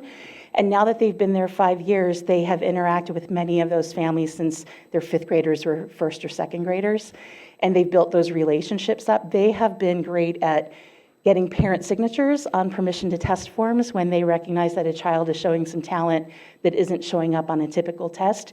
And when we can't get permission forms, they will meet families in the parking lot. They will reach out to our ESL staff to get translated versions of the letters because they know who those kids are. And I think that's where my question is from the ESL or limited English speakers, and also some of our students are gifted in non-academic areas. Yes, ma'am. So are we also highlighting some of those non-academic, gifted in music or in some of those other programs that are not traditional math and literacy? Do we have the opportunity to do that? Yes, ma'am. We run 2 full cycles of gifted evaluations for visual and performing arts every year. At least one of those cycles, we do a broad outreach to every unified arts teacher in the district, asking them to look at all of their 2nd, 4th, 7th, and 10th graders. And they go through their whole class list at those grade levels to indicate if there's any reason why we should take even the slightest look further. I believe we're the only district in the state that does that broad of an outreach to unified arts teachers, because we know that we have some incredible talent here in our district, and we have a fantastic arts program within the district to help support those kids. How about in career tech? Career tech actually is not an identified area within the state of Ohio for gifted identification. However, because our career tech programs are embedded in our district and not a separate district on their own, we are in a unique position that our career tech students are actually included in our whole grade screening when we do the ACT and can be referred for individual identification in a way that career technical students who are in outside joint vocational districts are not able to access. 2 more last questions. To take a gifted or an advanced class, do you have to be identified? If it is one of our formal gifted programs taught by a licensed gifted specialist, yes. That's because the state says gifted services are for gifted identified students. If it's one of our high school advanced placement, honors, international baccalaureate, no. Any student who wants to take that course may do so. And my last one for now is, so we found these disparities or these issues of equity throughout the district. Are we going to be looking and identifying any gaps or changes that would impact a gifted school? That would impact the gifted school? Yeah, absolutely. I mean, we want to make sure that we're doing everything we can from identification to service to ensure equitable access to any of our gifted services for our students. Board Member Brown. Hi. Just one area of question, and I want to make sure I understand, and some of this is derived from my own experience as a parent. It's been a few years, and that may account for differences. Had a daughter who was very highly capable, but she wasn't performing. to her ability, and she wanted to be in gifted classes. And we would have been happy to see that, but based upon her performance, that didn't happen. The definition of gifted these days, how does it, and I'm assuming this is a state definition rather than our own, how does it accommodate between ability and performance? So the state definition actually identifies students as gifted in 5 different ways. Visual and performing arts is one of them, creative thinking, specific academic area, or superior cognitive. I guess that was wrong, it was 4 different ways, sorry. The superior cognitive area tends to be more about the potential ability, whereas the specific academic areas are more of academic achievement. So we do have some students that have a very heightened ability that have been identified as superior cognitive ability, but have not necessarily demonstrated the academic performance. And that's one of the areas that we hope to address throughout our gifted services. Great. So do they get to stay in? I guess, does their subsequent achievement affect whether they can stay in those program or not? No, sir. In the state of Ohio, once a student has been identified as gifted in any area, they remain identified throughout their educational career. Thank you. Board Member Cole.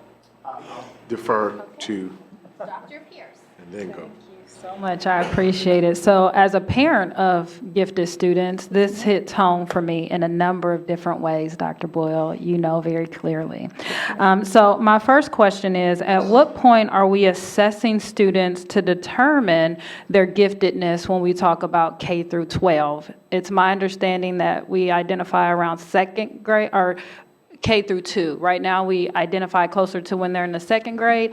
How are we going to change that to start identifying when they're in kindergarten?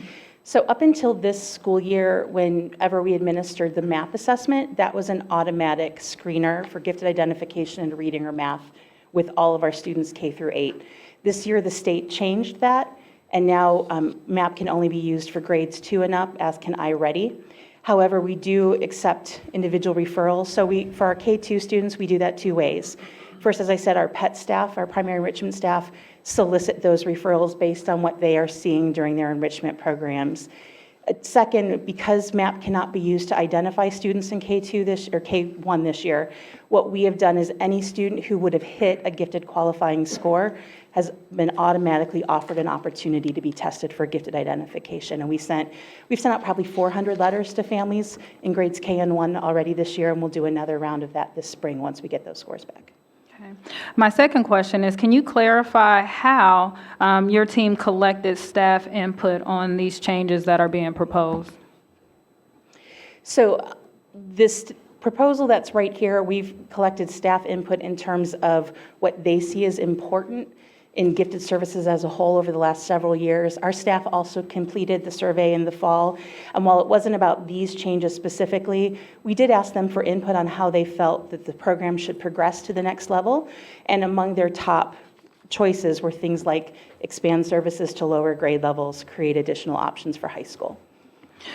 My next question relates to how does this proposal provide opportunities for us to disrupt the culturally biased way that we service our minorities, being racial and ethnic minority students? Let me be very specific with that question.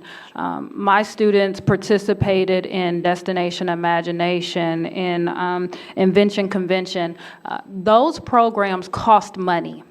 Extra money, and a lot of our families can't afford to go out and buy costumes and different materials and equipment for families to be creative with making those types of things. So how do we plan to disrupt the type of programs that we're offering so they're culturally relevant for all of our students and economically feasible? Absolutely.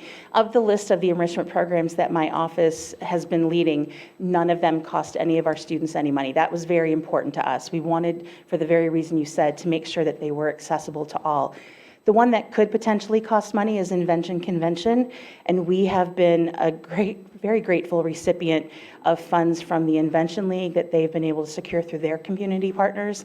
As a result, the Invention League provides us with all of our display boards that a family might possibly need. I think we've got display boards for the next 2 years that we could equip students. They also have helped fund teachers who would do after-school or lunchtime support of students in schools that typically are not represented in our Invention Convention, so that students would have support that they might not always be able to get at home.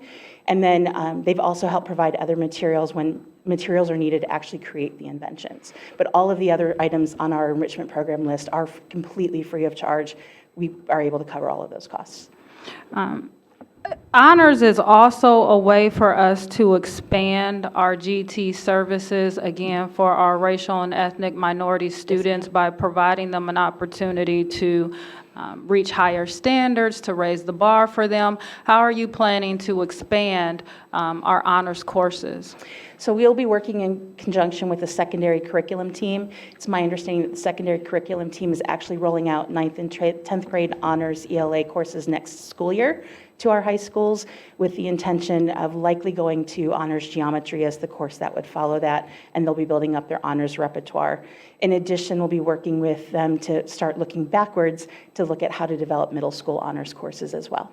Okay, those are all my questions. Thank you. Board Member Cole.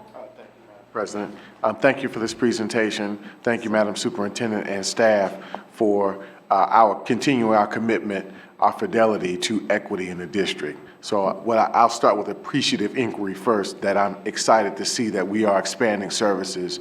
I'd like to get some idea as to how confined are the services currently. So we saw the service population of students.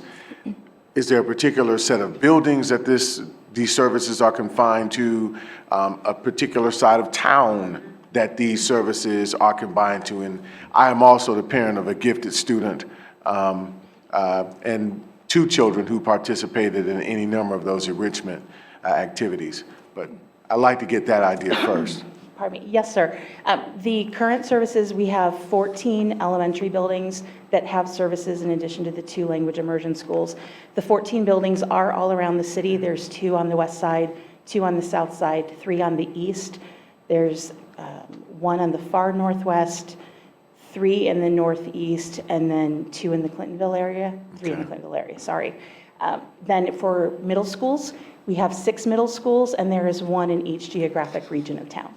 Awesome. I also know that we've done a pretty good job, too, of servicing dual exceptional children. Yes, sir. And that, I wanted to tease that out just a little more, particularly for Mr. Brown.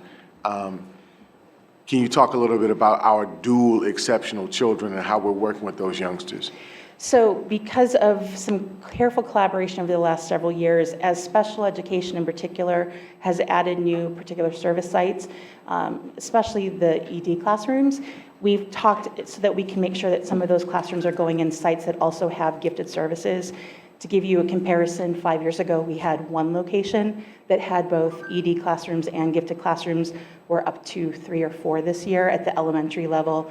We started with 1 middle school, and we're up to 3 at the middle school level this year. So that's been one of our big collaborations to ensure students who need multiple types of services can access that. With our English as a second language department and our English learners, that again has been a lot of careful collaboration. In fact, Mr. Sain, who is the director of that program, and I have sort of been side by side. His services changed 5 years ago when ours did, and we now even have offices that are the backs of our offices back up to one another, so we see each other on a regular basis. His team has been fantastic about helping to translate letters, provide interpreters for us, not only for the purpose of gifted identification, but also at our gifted service meetings. He's had team members sit in on our early entrance to kindergarten meetings when we've needed translators to make sure that we can get those students what they need. Also, the cross-education of our teams has been helpful. For example, in speaking with school psychologists, they now will send me testing results when they've encountered a student that they've been asked to test for special education that may have a score that would reflect potential giftedness. So that way we can look into it more deeply and see if they would qualify. And Mr. Sain's staff does the same thing. Thank you. Just 2 more, Madam President. Thank you very kindly. So in looking at expanding this population of identified students, As we look at increasing this, building capacity, what is going to be your grassroots ongoing opportunity and process for input from staff? I thank you that you've incorporated family. You did allude to some of that a little earlier, but you really didn't kind of tease out, will this process be much more ongoing to incorporate staff insights, folks who actually are the appliers, the implementers on the grassroots level? Absolutely. When we did our task force 5 years ago, it was a combination of both gifted and general education teachers, building principals at all levels and representing all sides of town, families from all sides of town. And that's our intention for when we reinstate the task force next year, to really take a big, deep look, is to include all of those stakeholders. I thank you very kindly. Thank you. Board Member Beckerly. To be clear, I am not the parent of any gifted children. Much to my chagrin. But they're special. Every child is a gift. Yes, every child is a gift. A couple of quick things. One, what is the driver to identifying K through 2? Is it a state requirement? So the state does say that we are obligated to identify students' grades K through 12. From a research standpoint, we know that the earlier we can identify a child and get them into services, the better the outcomes are long-term for those children. But we're only identifying them on a superior cognitive basis in those early grades? No, we actually can identify them in any of the areas. I've had kindergarten, first grade students go through visual and performing arts assessment. We do a lot of reading and math identification. Those are probably our biggest areas at the lower grade levels. But even though you're not using the map, you're using other? Correct. Okay. And this is my overall thought, and I think that I saw on one of the previous slides, you said that there's going to be a task force or revisiting it or something in 21, 22, or 2021? This next school year. Okay.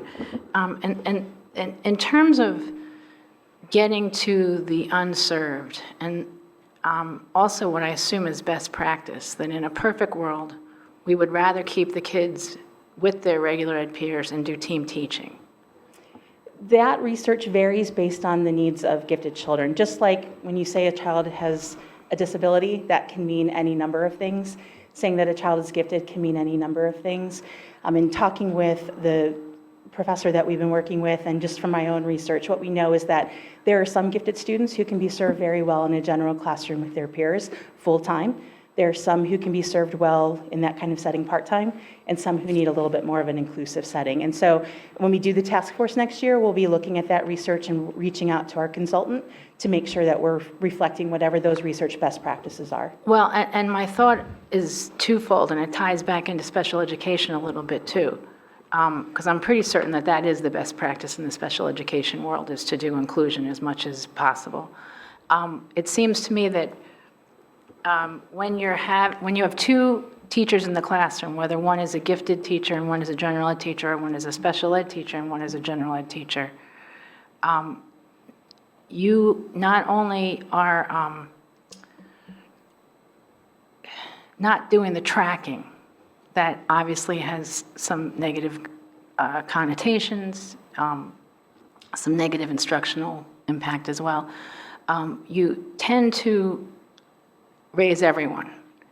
And so it occurs to me that looking at that as a model, and maybe even some creative way of splitting between, if you have 3 third grades, and 2 of them are being team taught by special ed and a regular ed teacher, and 1 by the gifted, and then you do your scheduling, you could get to more kids. And in the process, elevate the ones that are not quite gifted or not quite special ed, but could use the extra services either way. So I think that figuring out if there's some bang for our buck there would be a really good way to look at it, and maybe do it in conjunction with special ed. There are absolutely some benefits to that. One thing that we have to keep in mind are the state rules regarding gifted services. And in a model such as that, there is a significant amount of gifted professional development required for the general classroom teacher. Valuable professional development, don't get me wrong. I would love to have all of our teachers go through it. As we think about how we might implement a model like that, we'll need to consider capacity to roll that out in a way that we can build upon it. It would be something difficult to do instantaneously because of the state requirements for that, but it's absolutely something we could develop over time. So you're saying that if there was a gifted teacher in the room along with the non-gifted teacher, both have to be certified in order to teach the gifted kids? The gifted teacher has to be certified. The classroom teacher has to go through 60 clock hours of gifted professional development over 4 years and additional hours each year after. Okay. Thank you. Dr. Pierce says she has something directly pertaining to what Board Member Too. Beckerly So said. if we incorporate our universal design for learning that's merging our gifted education with our special education, I think there's ways that we can enrich the academic experience for all of our students. And so that's what I wanted to echo. Can we move towards universal design for learning? Absolutely consider how that might fit into a gifted service model, definitely. Okay, Board Member Ragland. We had several speakers tonight that came to speak on this topic specifically. We told them that the report was forthcoming. The report's now been given. I'd like to hear from the speakers if their questions were answered through the report, if they stayed to listen. I believe they both needed to leave due to other commitments. That is correct. Okay, thank you. Some of us were planning on taking that information back to the speakers, but they did have other family commitments that they had to attend. Certainly. Thank you. Thank you. Okay, Board Member Reyes. Thank you. So I echo what Board Member Pierce said and what Beckerly said, because I do, you were here when I had a lot of reservations about pulling all of our gifted kids from the district and putting them all in one place, that I felt that there are a lot of children that could benefit from having them in the classroom. So they echo my sentiments from back then. So when we look at testing and we look at measurements, how do we measure superior cognitive skills or any of our other measurements? Because we know that a lot of times, a lot of our tests are biased to some of the underserved communities that we are mentioning today. So what are we going to do? So we are restricted to using instruments approved by the state of Ohio for gifted identification. I will share that list once included about 55 items. It currently includes 26. We have been very deliberate about the instruments that we have selected. In particular, for superior cognitive ability, my office uses 2 instruments: the Naglieri Nonverbal Assessment Test, which is a completely nonverbal test.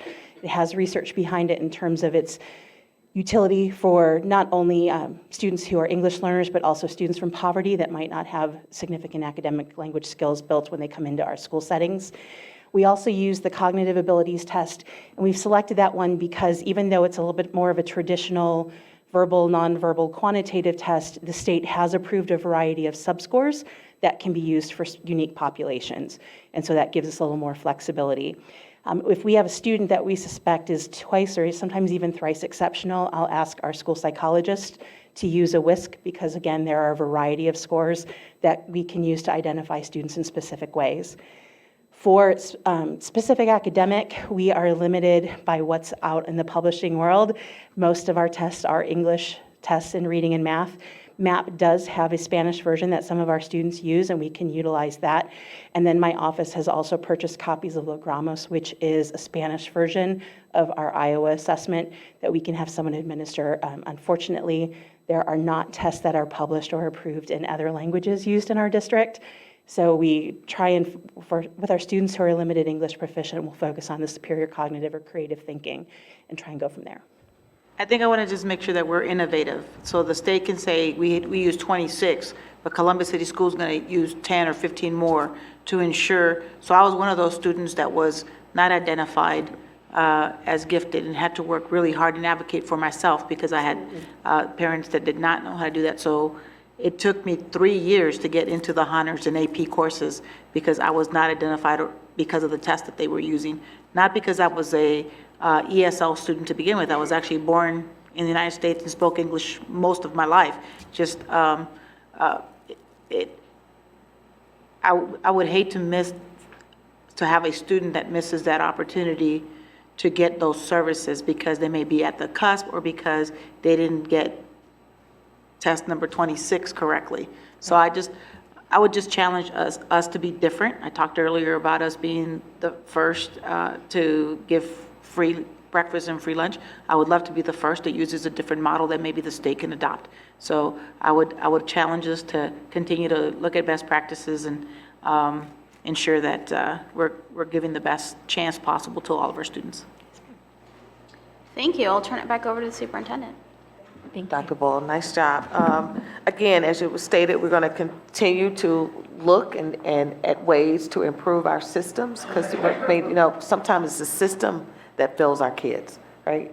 And I think the courage is when we have the courage to do something different, and so thank you to Dr. Boyle and her team, and Dr. Ocasio.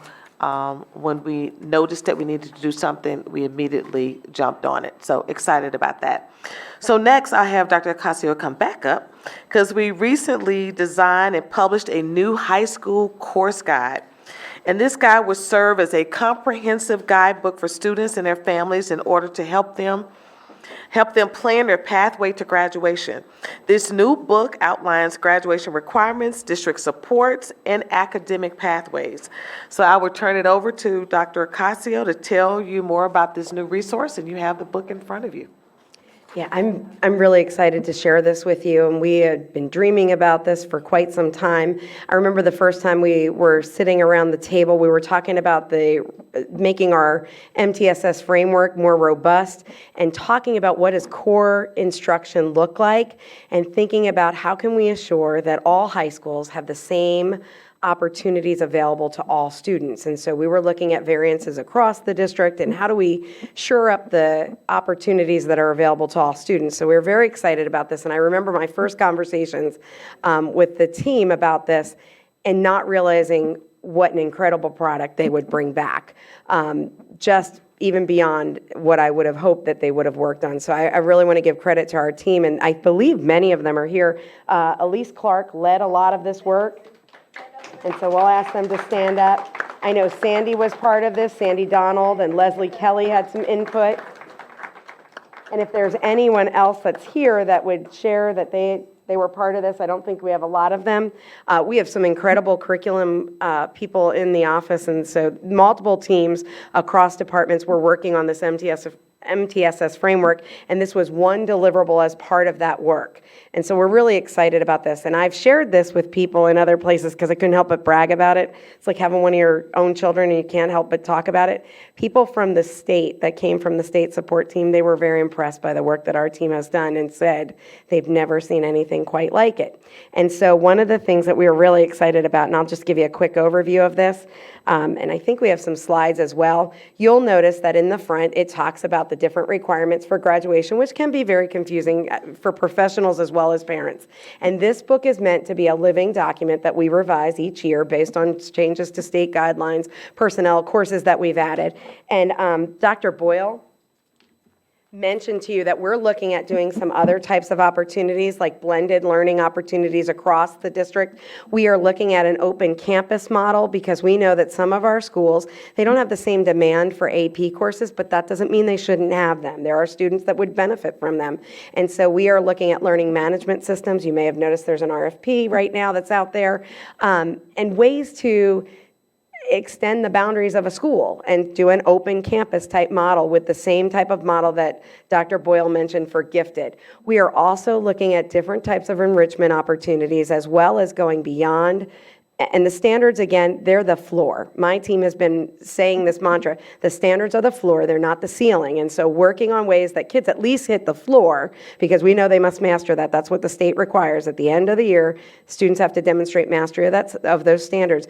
But how do we go beyond? And so you'll notice that, and I love the questions that the board asked, we are looking at ways to compact curriculum so that kids get extended experiences. If it's their area of talent or giftedness, even in the regular ed classroom, what are ways that we can extend and enrich? And we know that the state test does not test a level 4 of the DOK, the depth of knowledge, but that doesn't mean we don't teach at that level, which is why we incorporated design challenges and that type of critical thinking for not just our gifted and talented, but for all students. We know that all students benefit from this in the jobs of the future, and we know from Portrait of a Graduate, they're going to require that type of problem solving and collaboration and thinking. So when you look at this particular guide, you'll notice at the start, it goes with graduation pathways.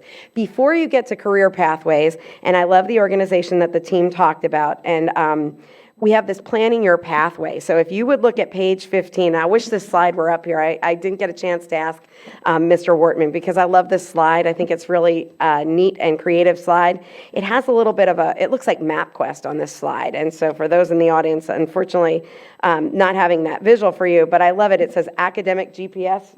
And if you're me, you wouldn't be able to see this from back there. But it looks like a map, and it talks about students can select a particular pathway based on their areas of interest or their areas of talent. And so what you'll notice is that what follows is we have different types of pathways. You can have that traditional pathway. Maybe math is not your thing, and you're looking to do the traditional pathway. I know I need to pass these sets of courses, and I know that this is what's going to be required for me to be successful, but I don't need to go as extensively as someone that would be in a more math-related field, something such as engineering. So we have targeted learning pathways, which are students that may need a little bit more extra preparation for post-secondary readiness.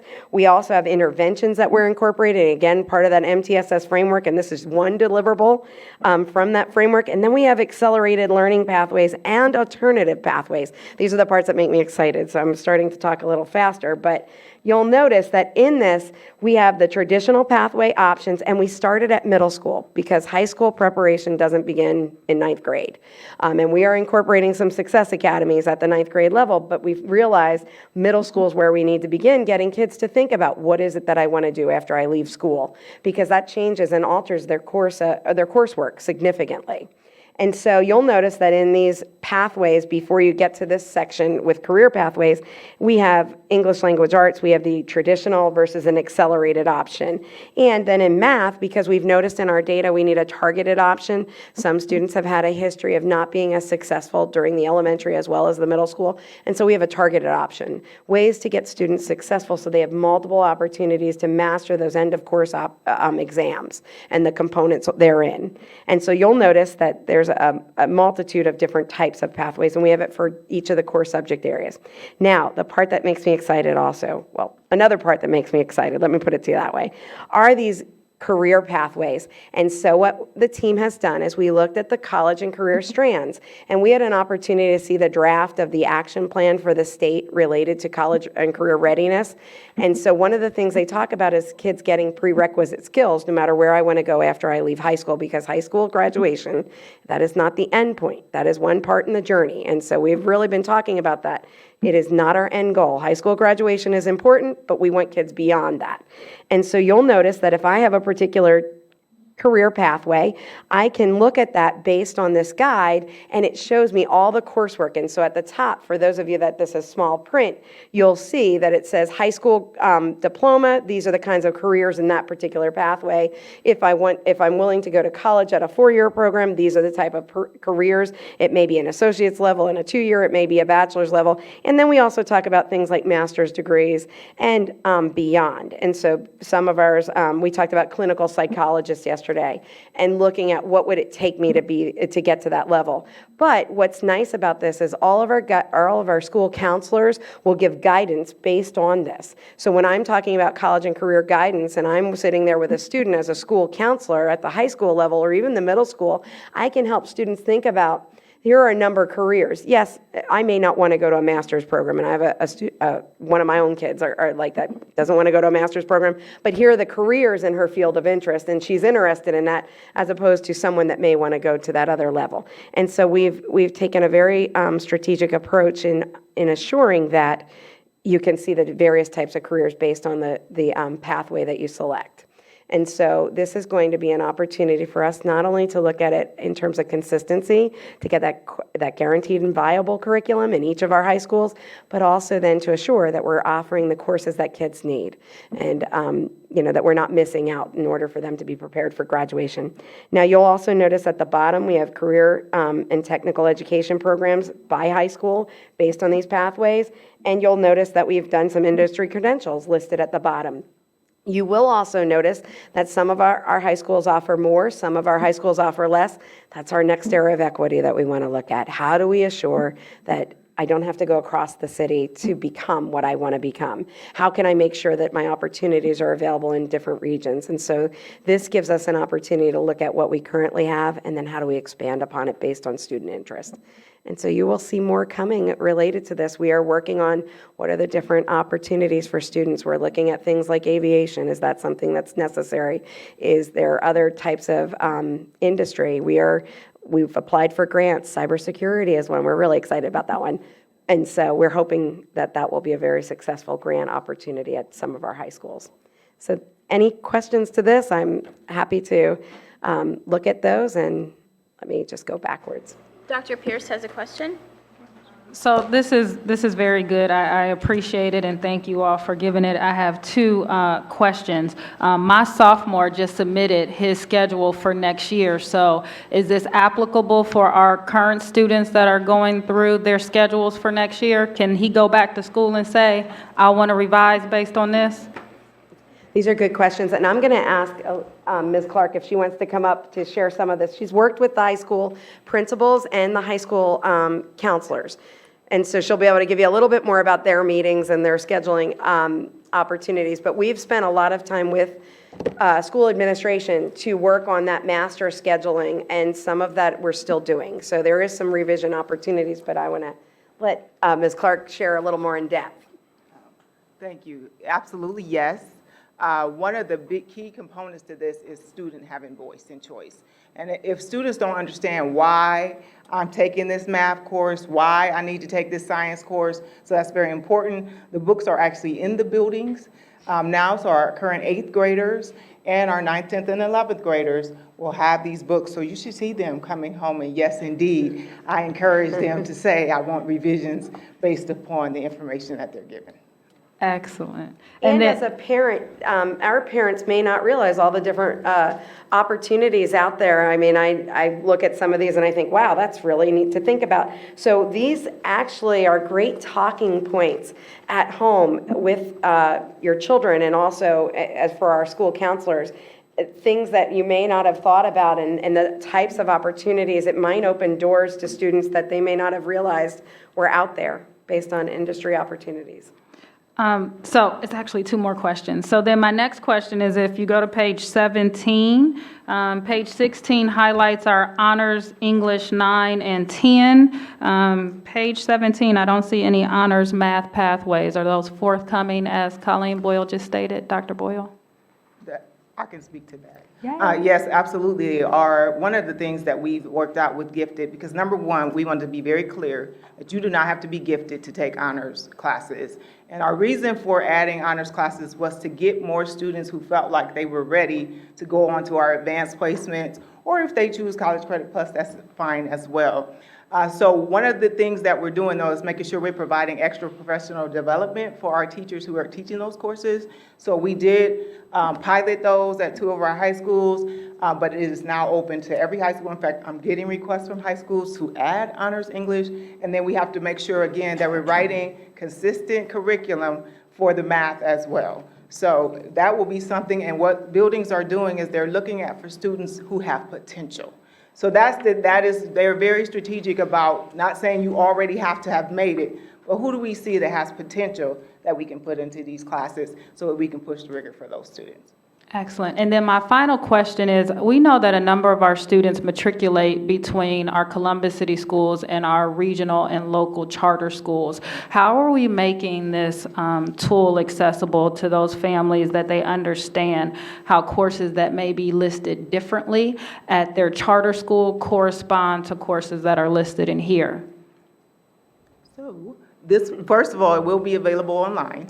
So that'll be something that we can advertise on our webpage. But also, another shift that we made was to semesterization of our coursework, because that was another thing. As students come in from different districts and they have like a semester's worth of coursework, instead of coming into a whole credit situation, we needed to kind of get in line with that. So that's moving, you'll see that's moving, we're moving forward with that as well. So then, again, it's very transparent, so you can see the sequence of courses that we have from grade 6 to 12, so you can begin to understand this is how the coursework that you're doing. So if you're in a pre-algebra, for example, the state does not allow that, so you will not see pre-algebra for credit, for a math credit in our book, so they'll be able to make those kind of comparisons. Excellent. Thank you so much. And we're also working with community partners. That's the other piece. We have started conversation with Columbus State as well, looking at how does that fit here and how do we build back some of those opportunities so that our students are not taking developmental or remedial courses at the college level. How do we change what we're doing here in our pathways? So we've had some great meetings initially, and we're going to continue working with the team with Dr. Dakin as well.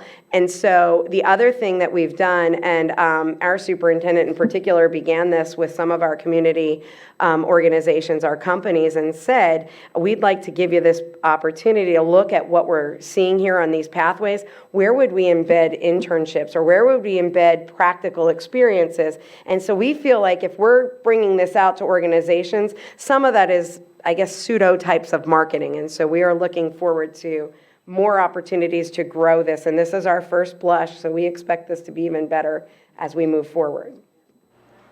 Board Member Beckerly. Okay, again, as a parent of a non-gifted person, no, I just want to say that targeted column is really important. I love how you stretched out some of the math, because I think there's a tendency, and has been for years, to keep pushing the more complex math lower, and kids who developmentally aren't ready start to think they're bad at math, when really their brains just haven't developed yet. So I love that middle pathway, and I think that's really going to capture a lot of kids and give them a solid foundation in math. So I just love that. I love this. I can tell this is going to be a Bible for special ed teachers, regular ed teachers, transition teachers, transition coordinators, counselors, parents. I mean, it's all in one place. It's wonderful. This used to be carrying around, this was stuff we used to carry around in our heads. Those of us who had done enough and kind of understood how it all fit together. So this is really excellent work. Thank you. And one of the things the team considered is not giving the same again and again till the kids pass the end of course, because that's not successful. It doesn't work anywhere. And so looking at what's the sequence of opportunities. And also, we see our students being pushed ahead often. They'll go to the next grade level. And so how can we compact experiences to make it stronger for their learning so that they're able to take those higher level courses as well as some of the courses in the college level that we're bringing down into the high school and making that stronger as well. So we're really excited about the opportunity to use this with our students and our staff. Board Member Brown. Thank you. I like this a lot, and it's interesting to be able to watch your excitement about presenting this as well. So thank you.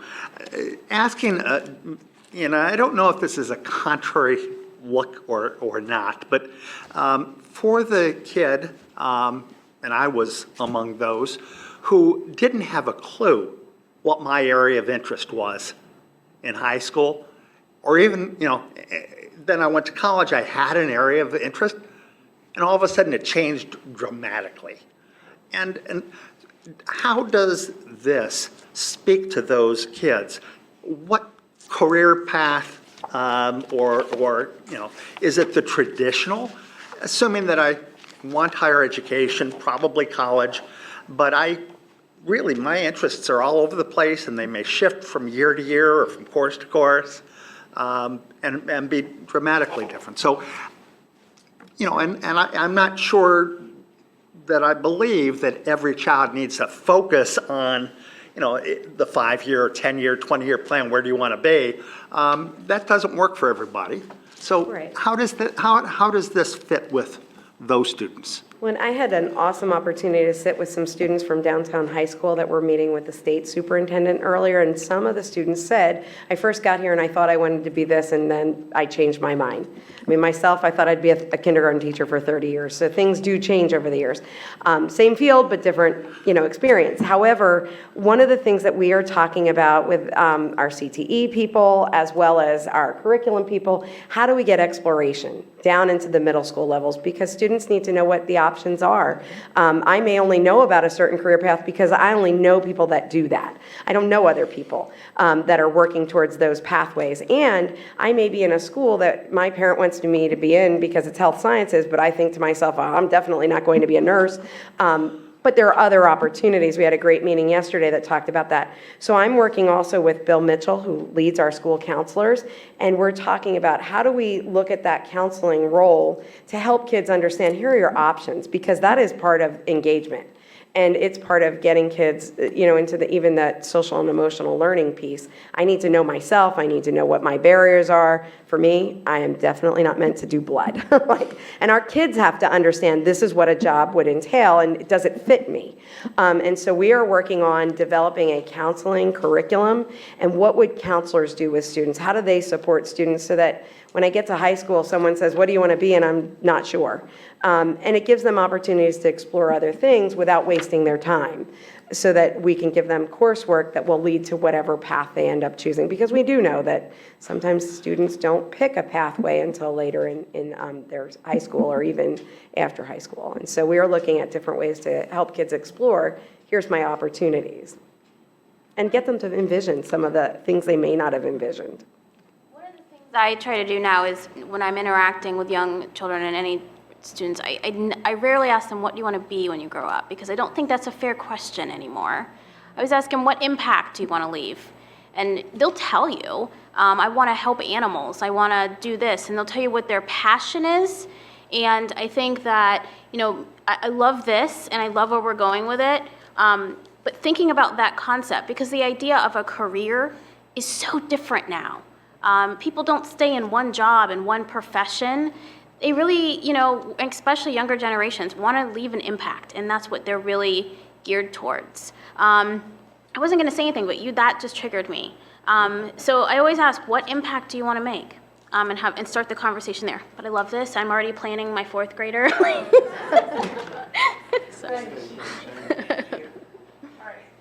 Ooh, that was great. COVID-19 updates. So we're going to have, if Dr. Kate King can make her way. We recently sent out a message and important information to families and staff regarding the coronavirus disease and COVID-19. With guidance from the Centers of Disease Control and Prevention, school districts around the country have been encouraged to disseminate critical information about the disease and its potential transmission to students, families, staff, and community. Columbus City Schools has also received guidance from the Ohio Department of Health and Columbus Public Health.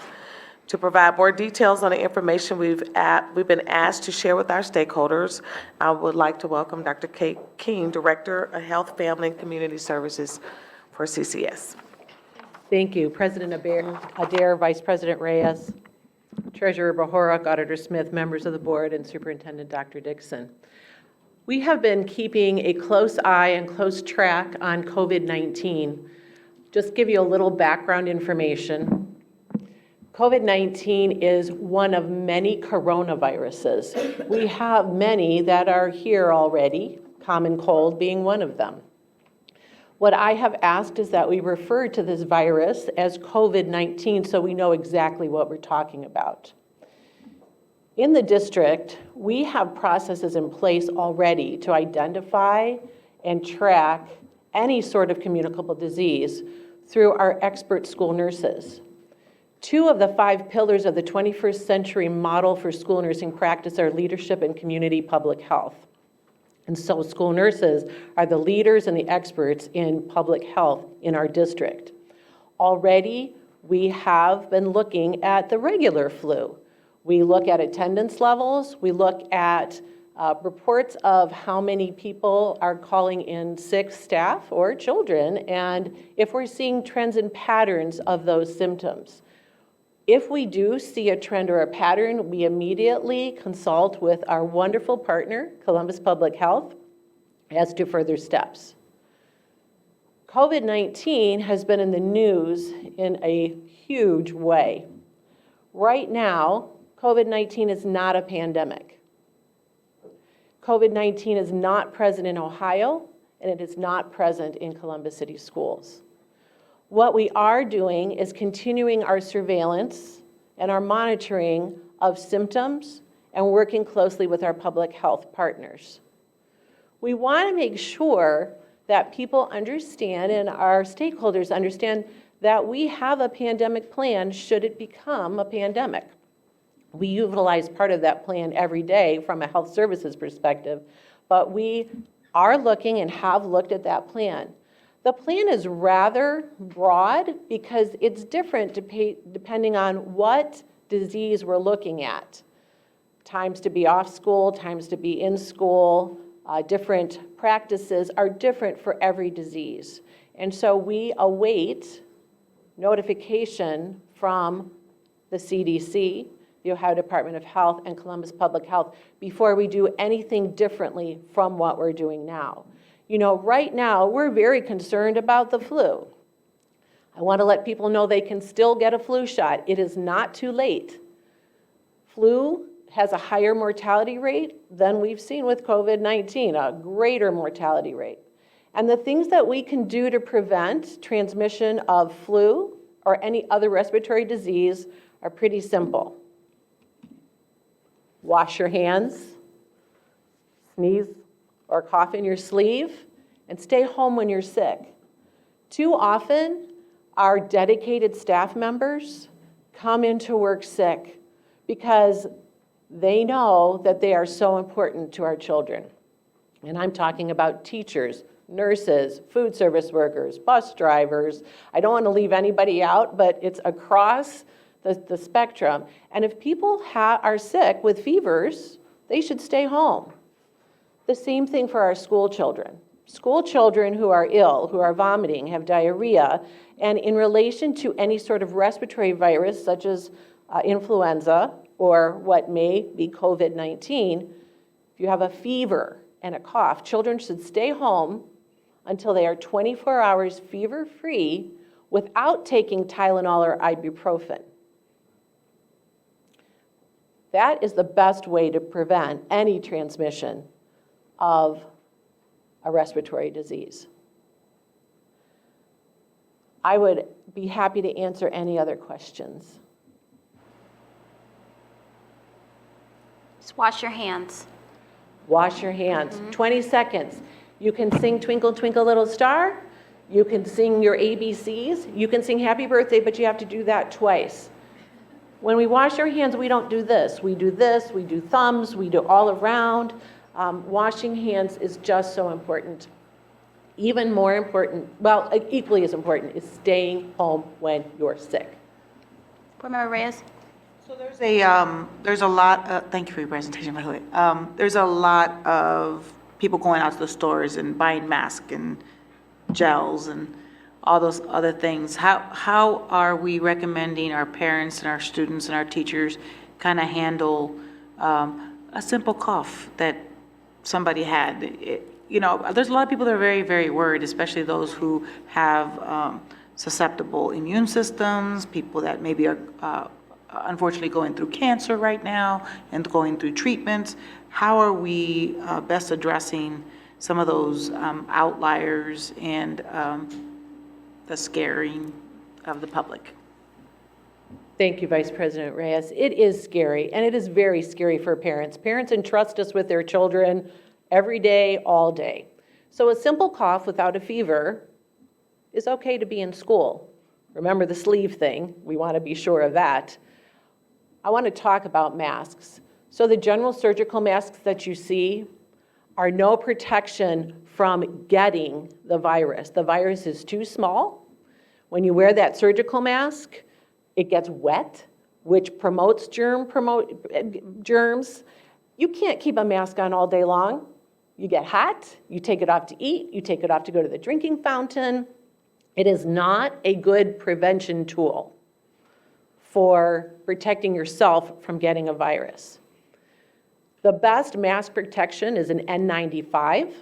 Maybe you've heard of that. Those need to be fitted personally to each individual's face because they totally seal.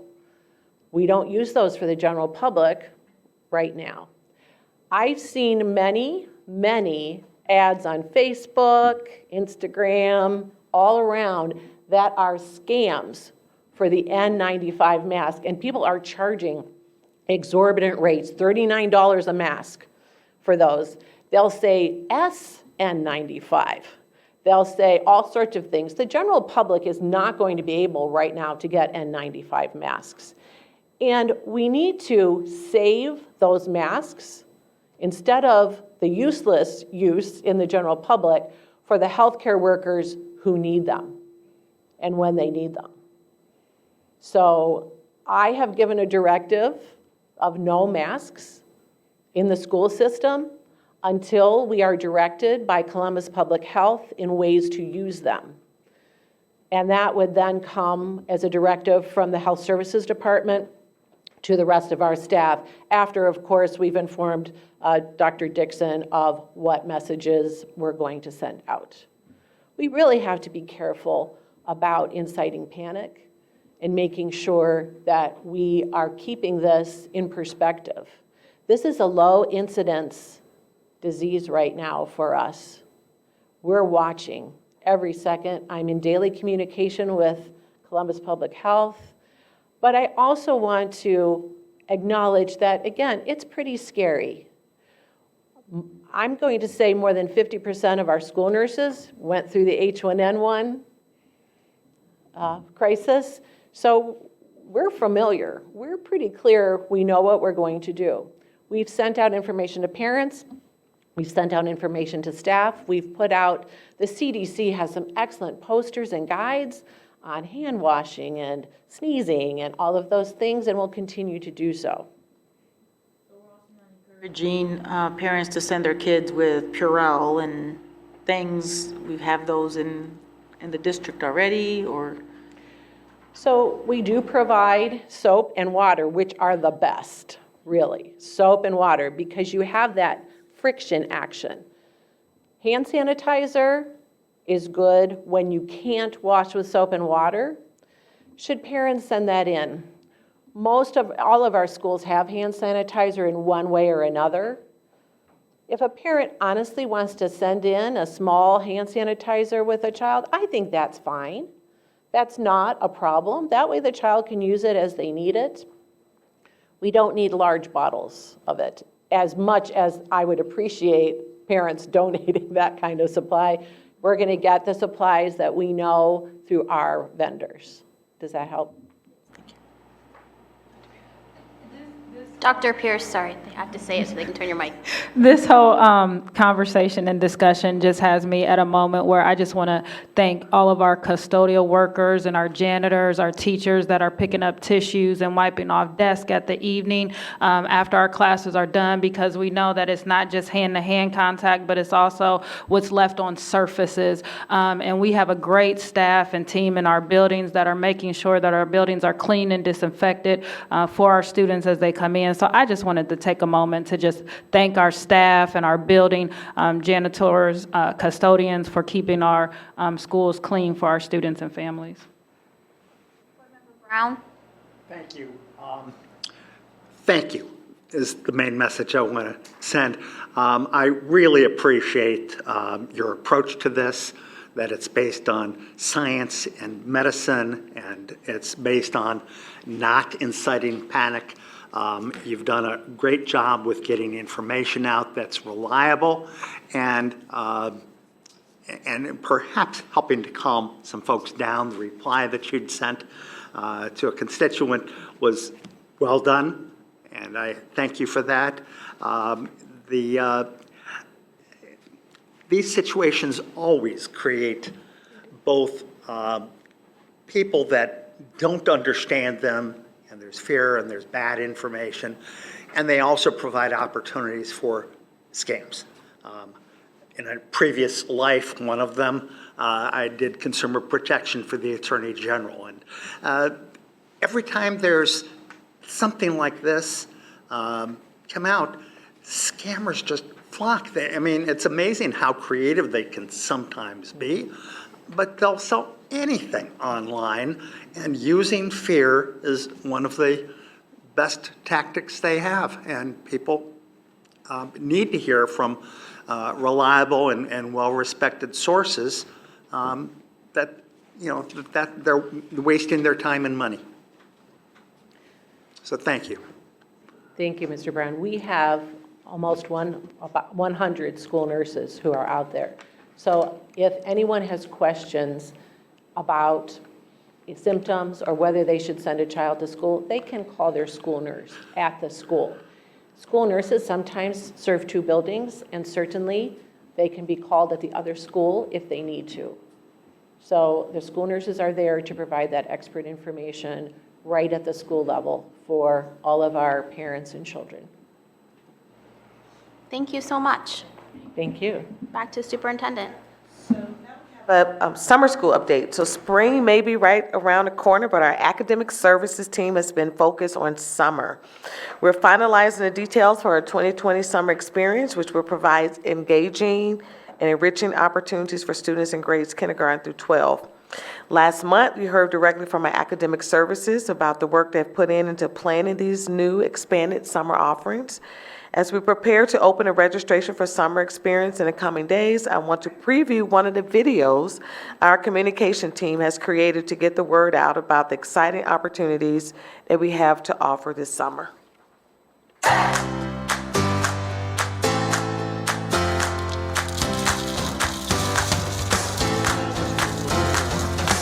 We're looking forward to the programming that we're going to offer this summer. We're making some shifts, and we're trying to change the face of summer learning. So our Growing and Going experience is for our K-2 students. 1, 2, 3.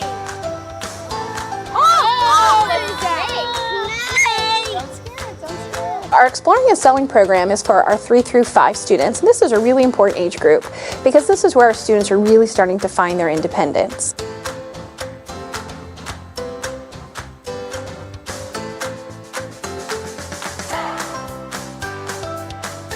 We wanted to really push the rigor for our middle school students so that they're ready to go to high school. We're going to do it career expansion opportunities at the high school level.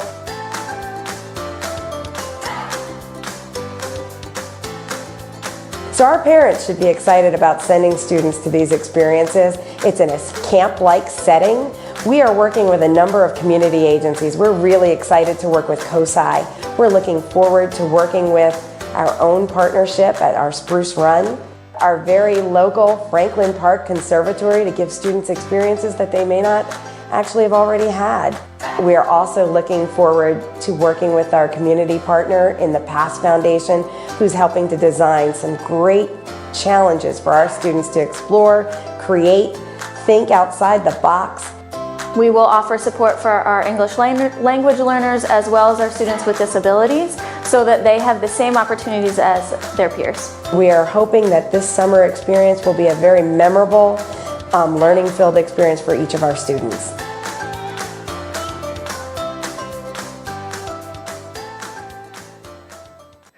Thank you, thank you, thank you. So really excited about summer school, I know you could, as you can tell.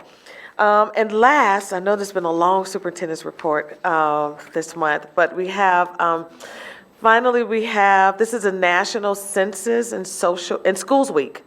And we are celebrating by reaching out to our families, students, and staff with the message, everyone counts. So we have the power to shape our future and the future of our students by encouraging every family in our city to be counted in the 2020 census. More than $130 million in federal funding each year comes back to our district, based in large part on the census data. And hundreds of millions more in federal dollars are invested back in our neighborhoods and community through the city, county, and state, all based on the census number. That's why we need every person counted so Columbus City School would get its fair share. Census Day is April 1st. This year is easier than ever to respond to the census. Information from the Census Bureau will be coming to homes later this month. Families can respond in 13 different languages, and they can complete it online, by phone, or by mail. Together, we can help our families and communities shape the future of Columbus by taking the census, because everyone counts. Students at Clinton Elementary are celebrating that everyone counts by putting words to a song. Music teacher Deborah Keller Perry led the school's chorus by performing our district's first ever census music video, which reminds us that everyone counts in their own special way. Thank you to Betty Hill, Paul Brown, and Scott Varner for putting this video together.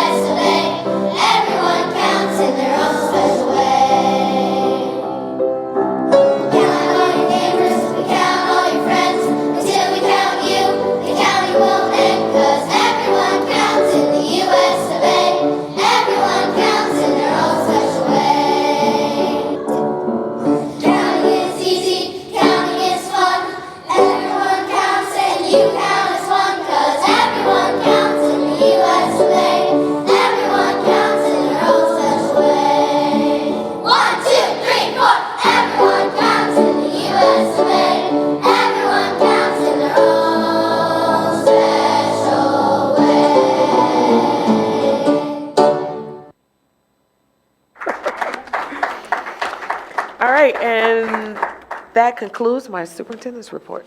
President Adair. Great. Are there any questions for the superintendent? We asked a lot already. Oh, Ramona has one. Are we running any, especially the one on summer school, are we reaching out to any of our news partners to be able to run that as a PSA for people to know to sign up for summer school? Ryan, do you know what? You don't necessarily have to give me an answer now, but.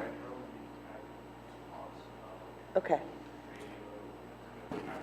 Okay, I'll find out because Scott is not here, and then I'll send it to Misty to send out to you guys tomorrow. Thank you. Okay. Okay, thank you. All right. Internal Auditor, do you have a report this evening? Thank you, Madam President. I do not have a report this evening. Mr. Treasurer, do you have a report this evening? Actually, no. But what I will tell you is that we have a Finance Committee meeting coming up next week. That would make it the 11th of March, as usual, right here in this room at 4 p.m. Excellent. Would you like anything else from me this evening? Oh, you're great, thanks. Okay, good. All right, we will move into board legislation. The first is 8.1, a resolution to adopt calendars for 2021 and 21-22 academic years and the revised calendar for year-round Woodcrest for 1920. Is there a motion? Second? Any discussion? Hearing none, will you call the roll? Mr. Cole? Yes. Dr. Pierce? Mr. Ragland? Yes. Vice President Reyes? Yes. President Adair? Yes. Ms. Beckerly? Yes. Mr. Brown? Yes. That motion carried. Thank you. The next is 8.2, which is the approval of board retreat dates. Board members, you were given those dates. They are March 31st, 2020, June 23rd, 2020, and September 29th, 2020, all starting at 5:30 p.m. And they will be held at the 3700 South High Street building. Is there a motion to approve those board retreats? Second? Any discussion? Just one question. Yes, sir. Mr. Brown, sorry. It's okay. They have to know. Will this be enough retreat for us? That's the plan, Okay. but I don't know. We have a lot of work to do, Board Member Brown, I know. so we might, we'll see. Yeah. So those are the ones right now. Okay. Okay. Can we call the roll? Dr. Pierce? Yes. Mr. Ragland? Yes. Vice President Reyes? Yes. President Adair? Yes. Ms. Beckerly? Yes. Mr. Brown? Yes. Mr. Cole? Yes. Motion carried.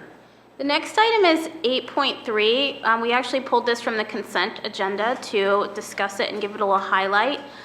This is the authority to purchase general construction services for a walking path at Coleraine. I'm going to turn it over to Board Member Ragland to talk about this. President, item 8.3 is authority to purchase general construction services from McDaniels Construction Corporation Incorporated for the Coleraine Elementary School Walking Path Project.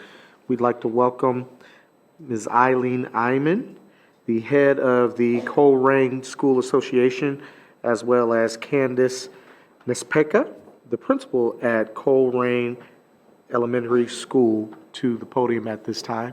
Ladies, thank you for coming. The reason we thought that this was important to highlight today is because the resources for this walking path were raised internally within the school. And one, we wanted to thank the Coleraine School Association for the diligent effort to make this happen. The interesting thing about the walking path, as you all well know, our students at Coleraine have some exceptional abilities. And so this walking path will allow them to get from the school to the green space a lot easier. And so we wanted to welcome you here, to thank you for your work and allow you to talk about this special, special project. I'm really excited to share with you because it's taken a lot of passion and tremendous persistence to see it through for the last 5 years.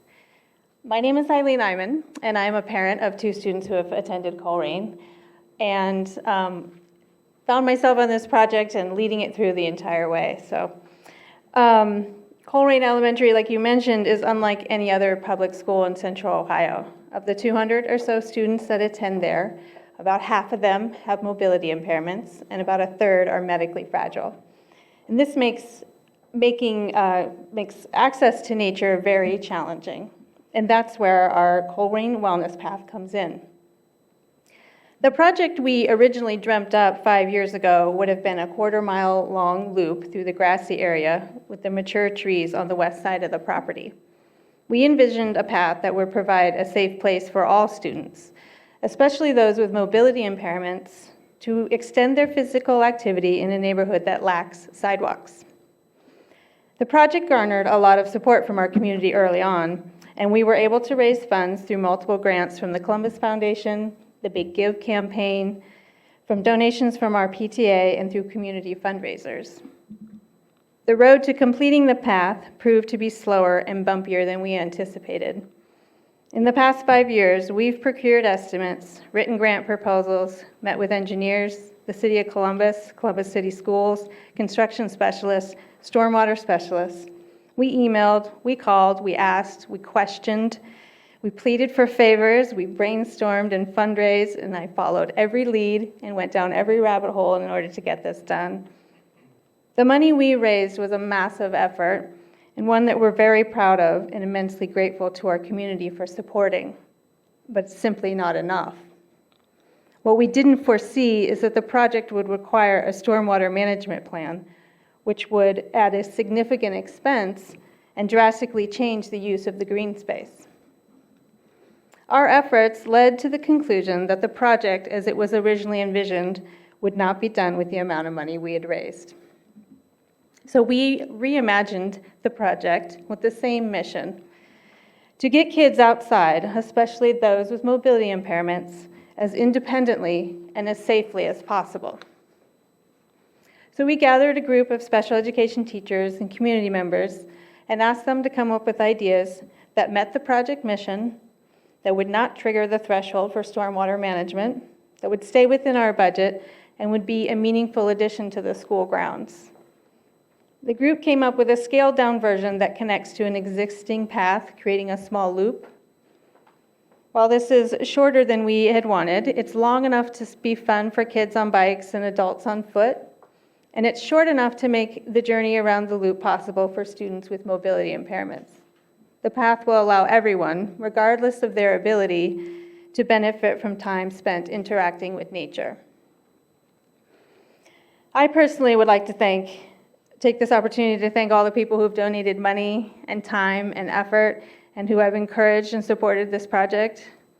Words cannot express how grateful we are to the Colerain School community and our neighbors. The project's success is a testament to the passion of this community and to the power of numerous small efforts. Its success is only possible through every small act and every penny donated. I would also like to thank Columbus City Schools for their collaborative efforts in support of this project. We are really excited to bring this project to our school community and our neighbors, and we look forward to its completion this spring. We hope to see you out there, whether you walk, run, scoot, shuffle, or roll. Thank you. Questions from colleagues? Are there questions or comments? Board Member Brown? Just a comment, great job. Really, the persistence and the work, and I mean, it shows, and really great job. So thank you.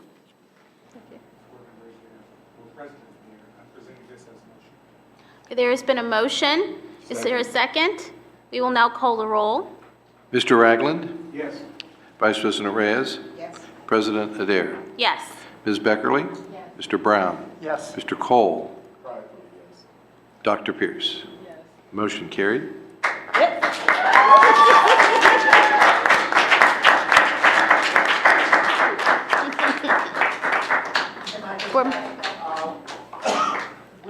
Will there be a dedication ceremony?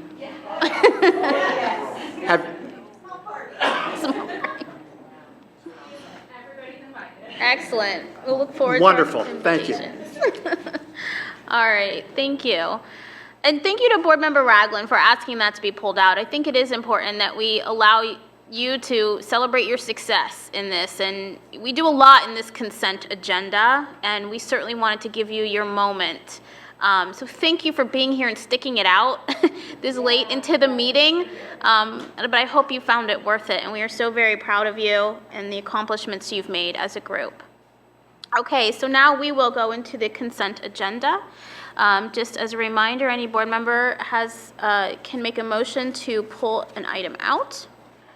I know we have an abstention on one this evening. Mr. Ragland will be abstaining, and he will say so as well, but on item 22.2. Is there a motion? Second. Reyes has made the motion, second by Cole.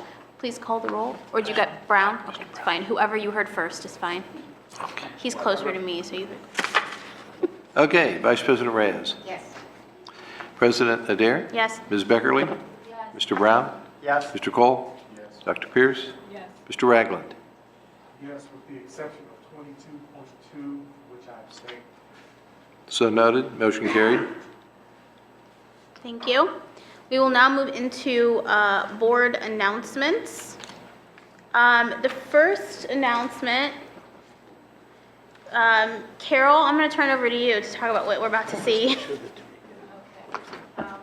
Well, President Adair and I and Ms. Nichols had a wonderful tour of, among other things, the food service production, and that's us with our I Love Lucy moment as we're about to get backed up.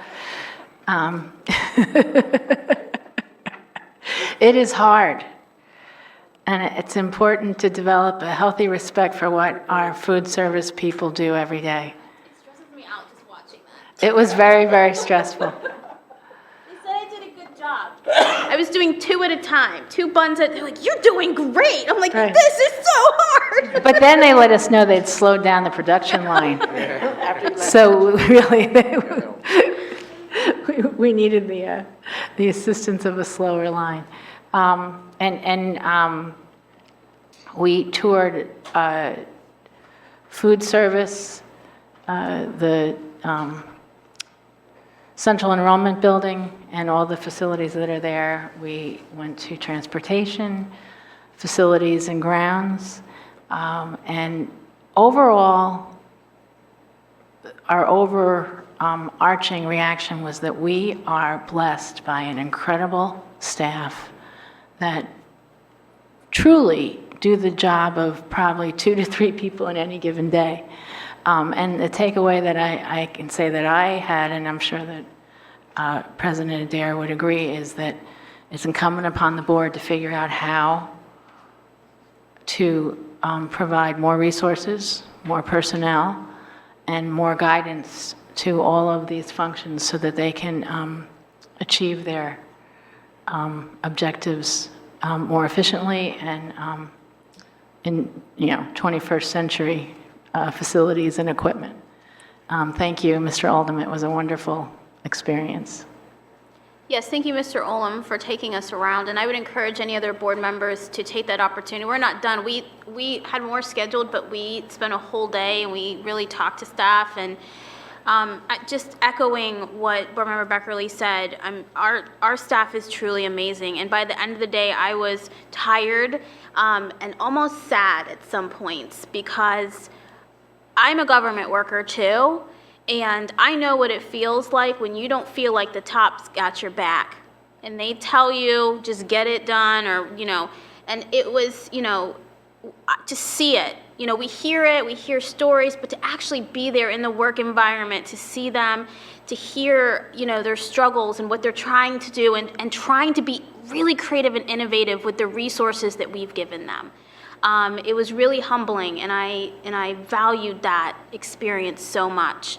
So thank you to all of those who spent the time to talk to us about their jobs, to tell us the ideas they had for how it could be better, for showing us the pride that they had in their work and how we serve. And we'll be out, and I want to go out and visit more. We just totally ran out of time. So thank you for that. Idea about bringing some others who might need to see this. Maybe some of the people at the State House who are responsible for funding our school district or our schools, because it really was impressive. You can know something, but when you see it, you really know it. And so, the whole time I taught, I know I'm driving everybody crazy talking about when I taught, but, there are times I would get frustrated with transportation, as was one of the parents that spoke. And then now I saw, and I always knew on some level they were understaffed, but to see it and to know what they accomplish every day, it was humbling. And I apologized to them when I saw them for any time I'd ever said anything less than kind. So, thank you. The next announcement I have, which I hope all of you saw, our Afrocentric girls basketball team won its 5th consecutive Division III district championship, beating North Union in a 71-25 win. This is the 15th title in 17 seasons.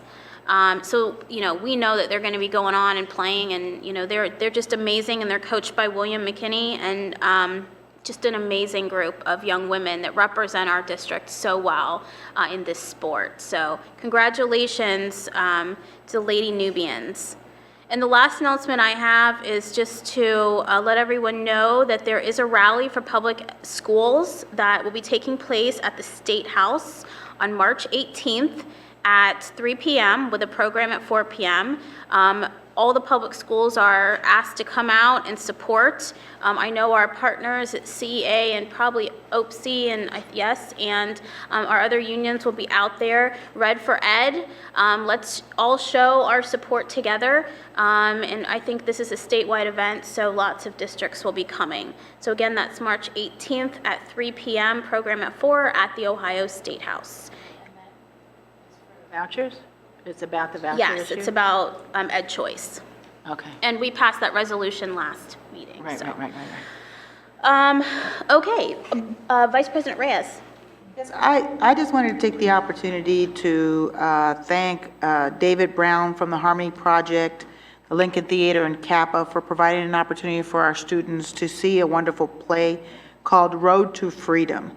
It's the story of Linda Blackman Laurie, the youngest person to walk all the way from Selma to Montgomery, Alabama on the Voting Rights March in 1965. This play obviously is a timely reminder of the pivotal role that young people have in shaping our history, yesterday, today, and tomorrow, and the unified effort of people from all walks of life in going on the quest for justice and civil rights. It was emotional. We had the opportunity to meet Ms. Linda Lowry, which was phenomenal. You're seeing the play and you're going through the whole emotions. It's 7 young African-American actors. Their voices, a lot of gospel.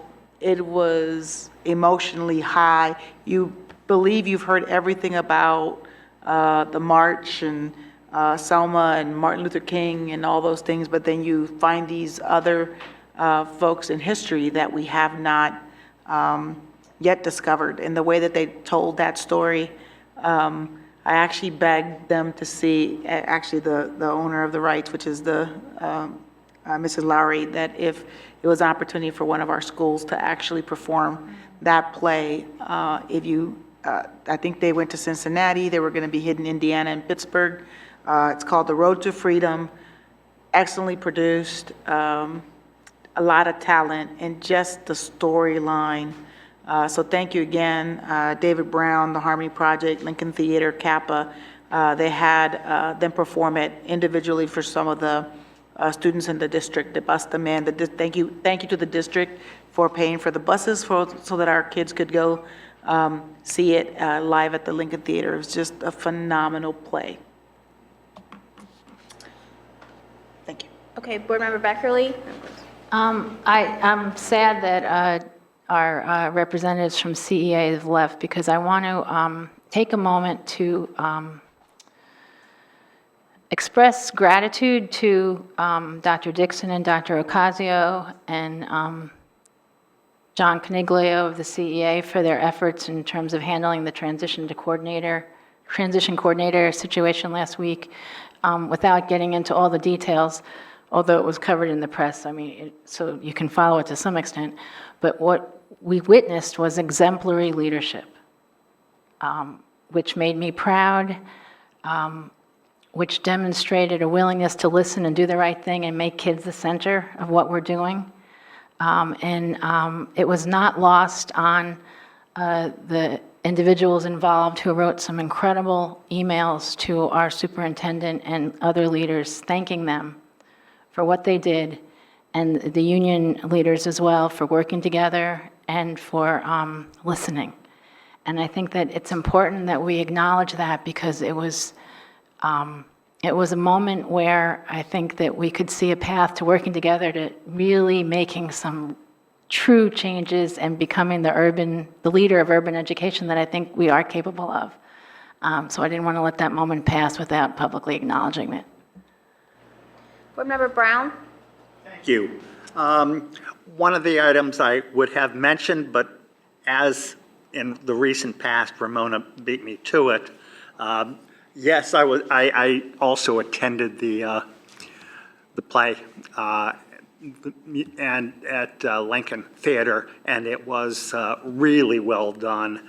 And thank you also to David Brown and Harmony Project for bringing that presentation to Columbus. I heard the story about how David got that arranged, and phenomenal. He's just a great resource in our community, as is the entire Harmony Project. One of the interesting things, and I still haven't entirely sorted it out, and I also know that even talking about it these days may be challenging, but the half a dozen African-American actors, performers that did this, also played some white parts. And they did that with a white mask. And I thought that was very interesting, remembering back how anybody who was white that would do something like that in the past was problematic. And I hope it shows that we've evolved enough that those things can work. And I thought it was a very creative and good way for them to do that. The other item I wanted to mention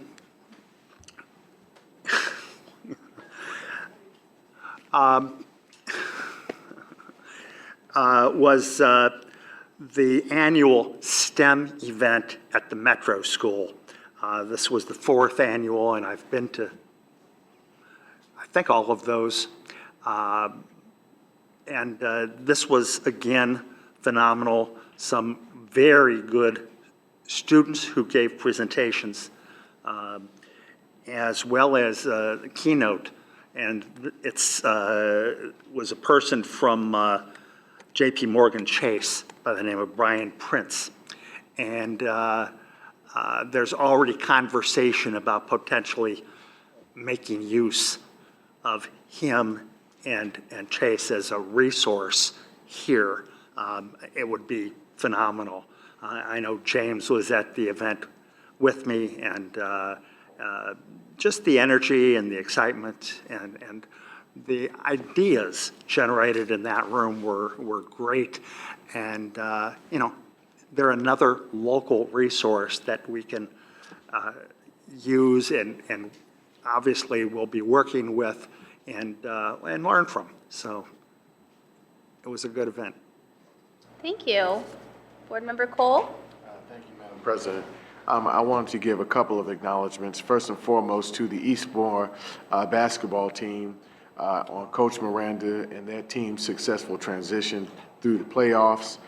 In addition to that, want to encourage folks to ease on down the road that's right, to go see the Wiz that will be playing this Thursday through Sunday. The cost for tickets are $8. Those tickets will not be available online, but you may call the school at 614-365-6158. Again, that's 365-6158. Again, the tickets are $8. You may order the tickets at the school and they'll be available for pickup. And final, Madam President, I wanted to acknowledge 12 outstanding young women here in Central Ohio who were acknowledged by Zonta International, the Zonta Club of Columbus. Zonta's mission, Zonta International is a leading global organization of professionals empowering women worldwide through service and advocacy. These young women were chosen and will be celebrated next week for their outstanding work in the community and their scholastic aptitude as well. So I wanted to acknowledge those young ladies. Thank you. Including your daughter? See, I wasn't gonna say nothing, see?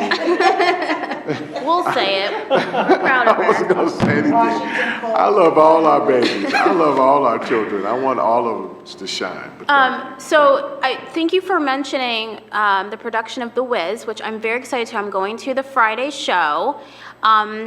We have a lot of theater that happens here in our district, and so I will also be going to Centennial's Little Shop of Horrors and Dominion Middle School's Seussical the Musical. Mila is very excited. She loves theater, and so it's wonderful to show her what she could do as a bigger kid.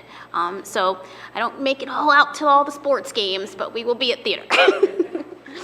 So thank you to all of our students and all of our theater teachers. And I know I'm missing a couple. There are a couple more productions going on. And maybe we can work on that, like have a website or something just for that, for the public, because, you know, we do have a lot of talent that's going on. Yeah, oh yeah. All right, so executive session is our next thing, and I believe the Vice President has a motion.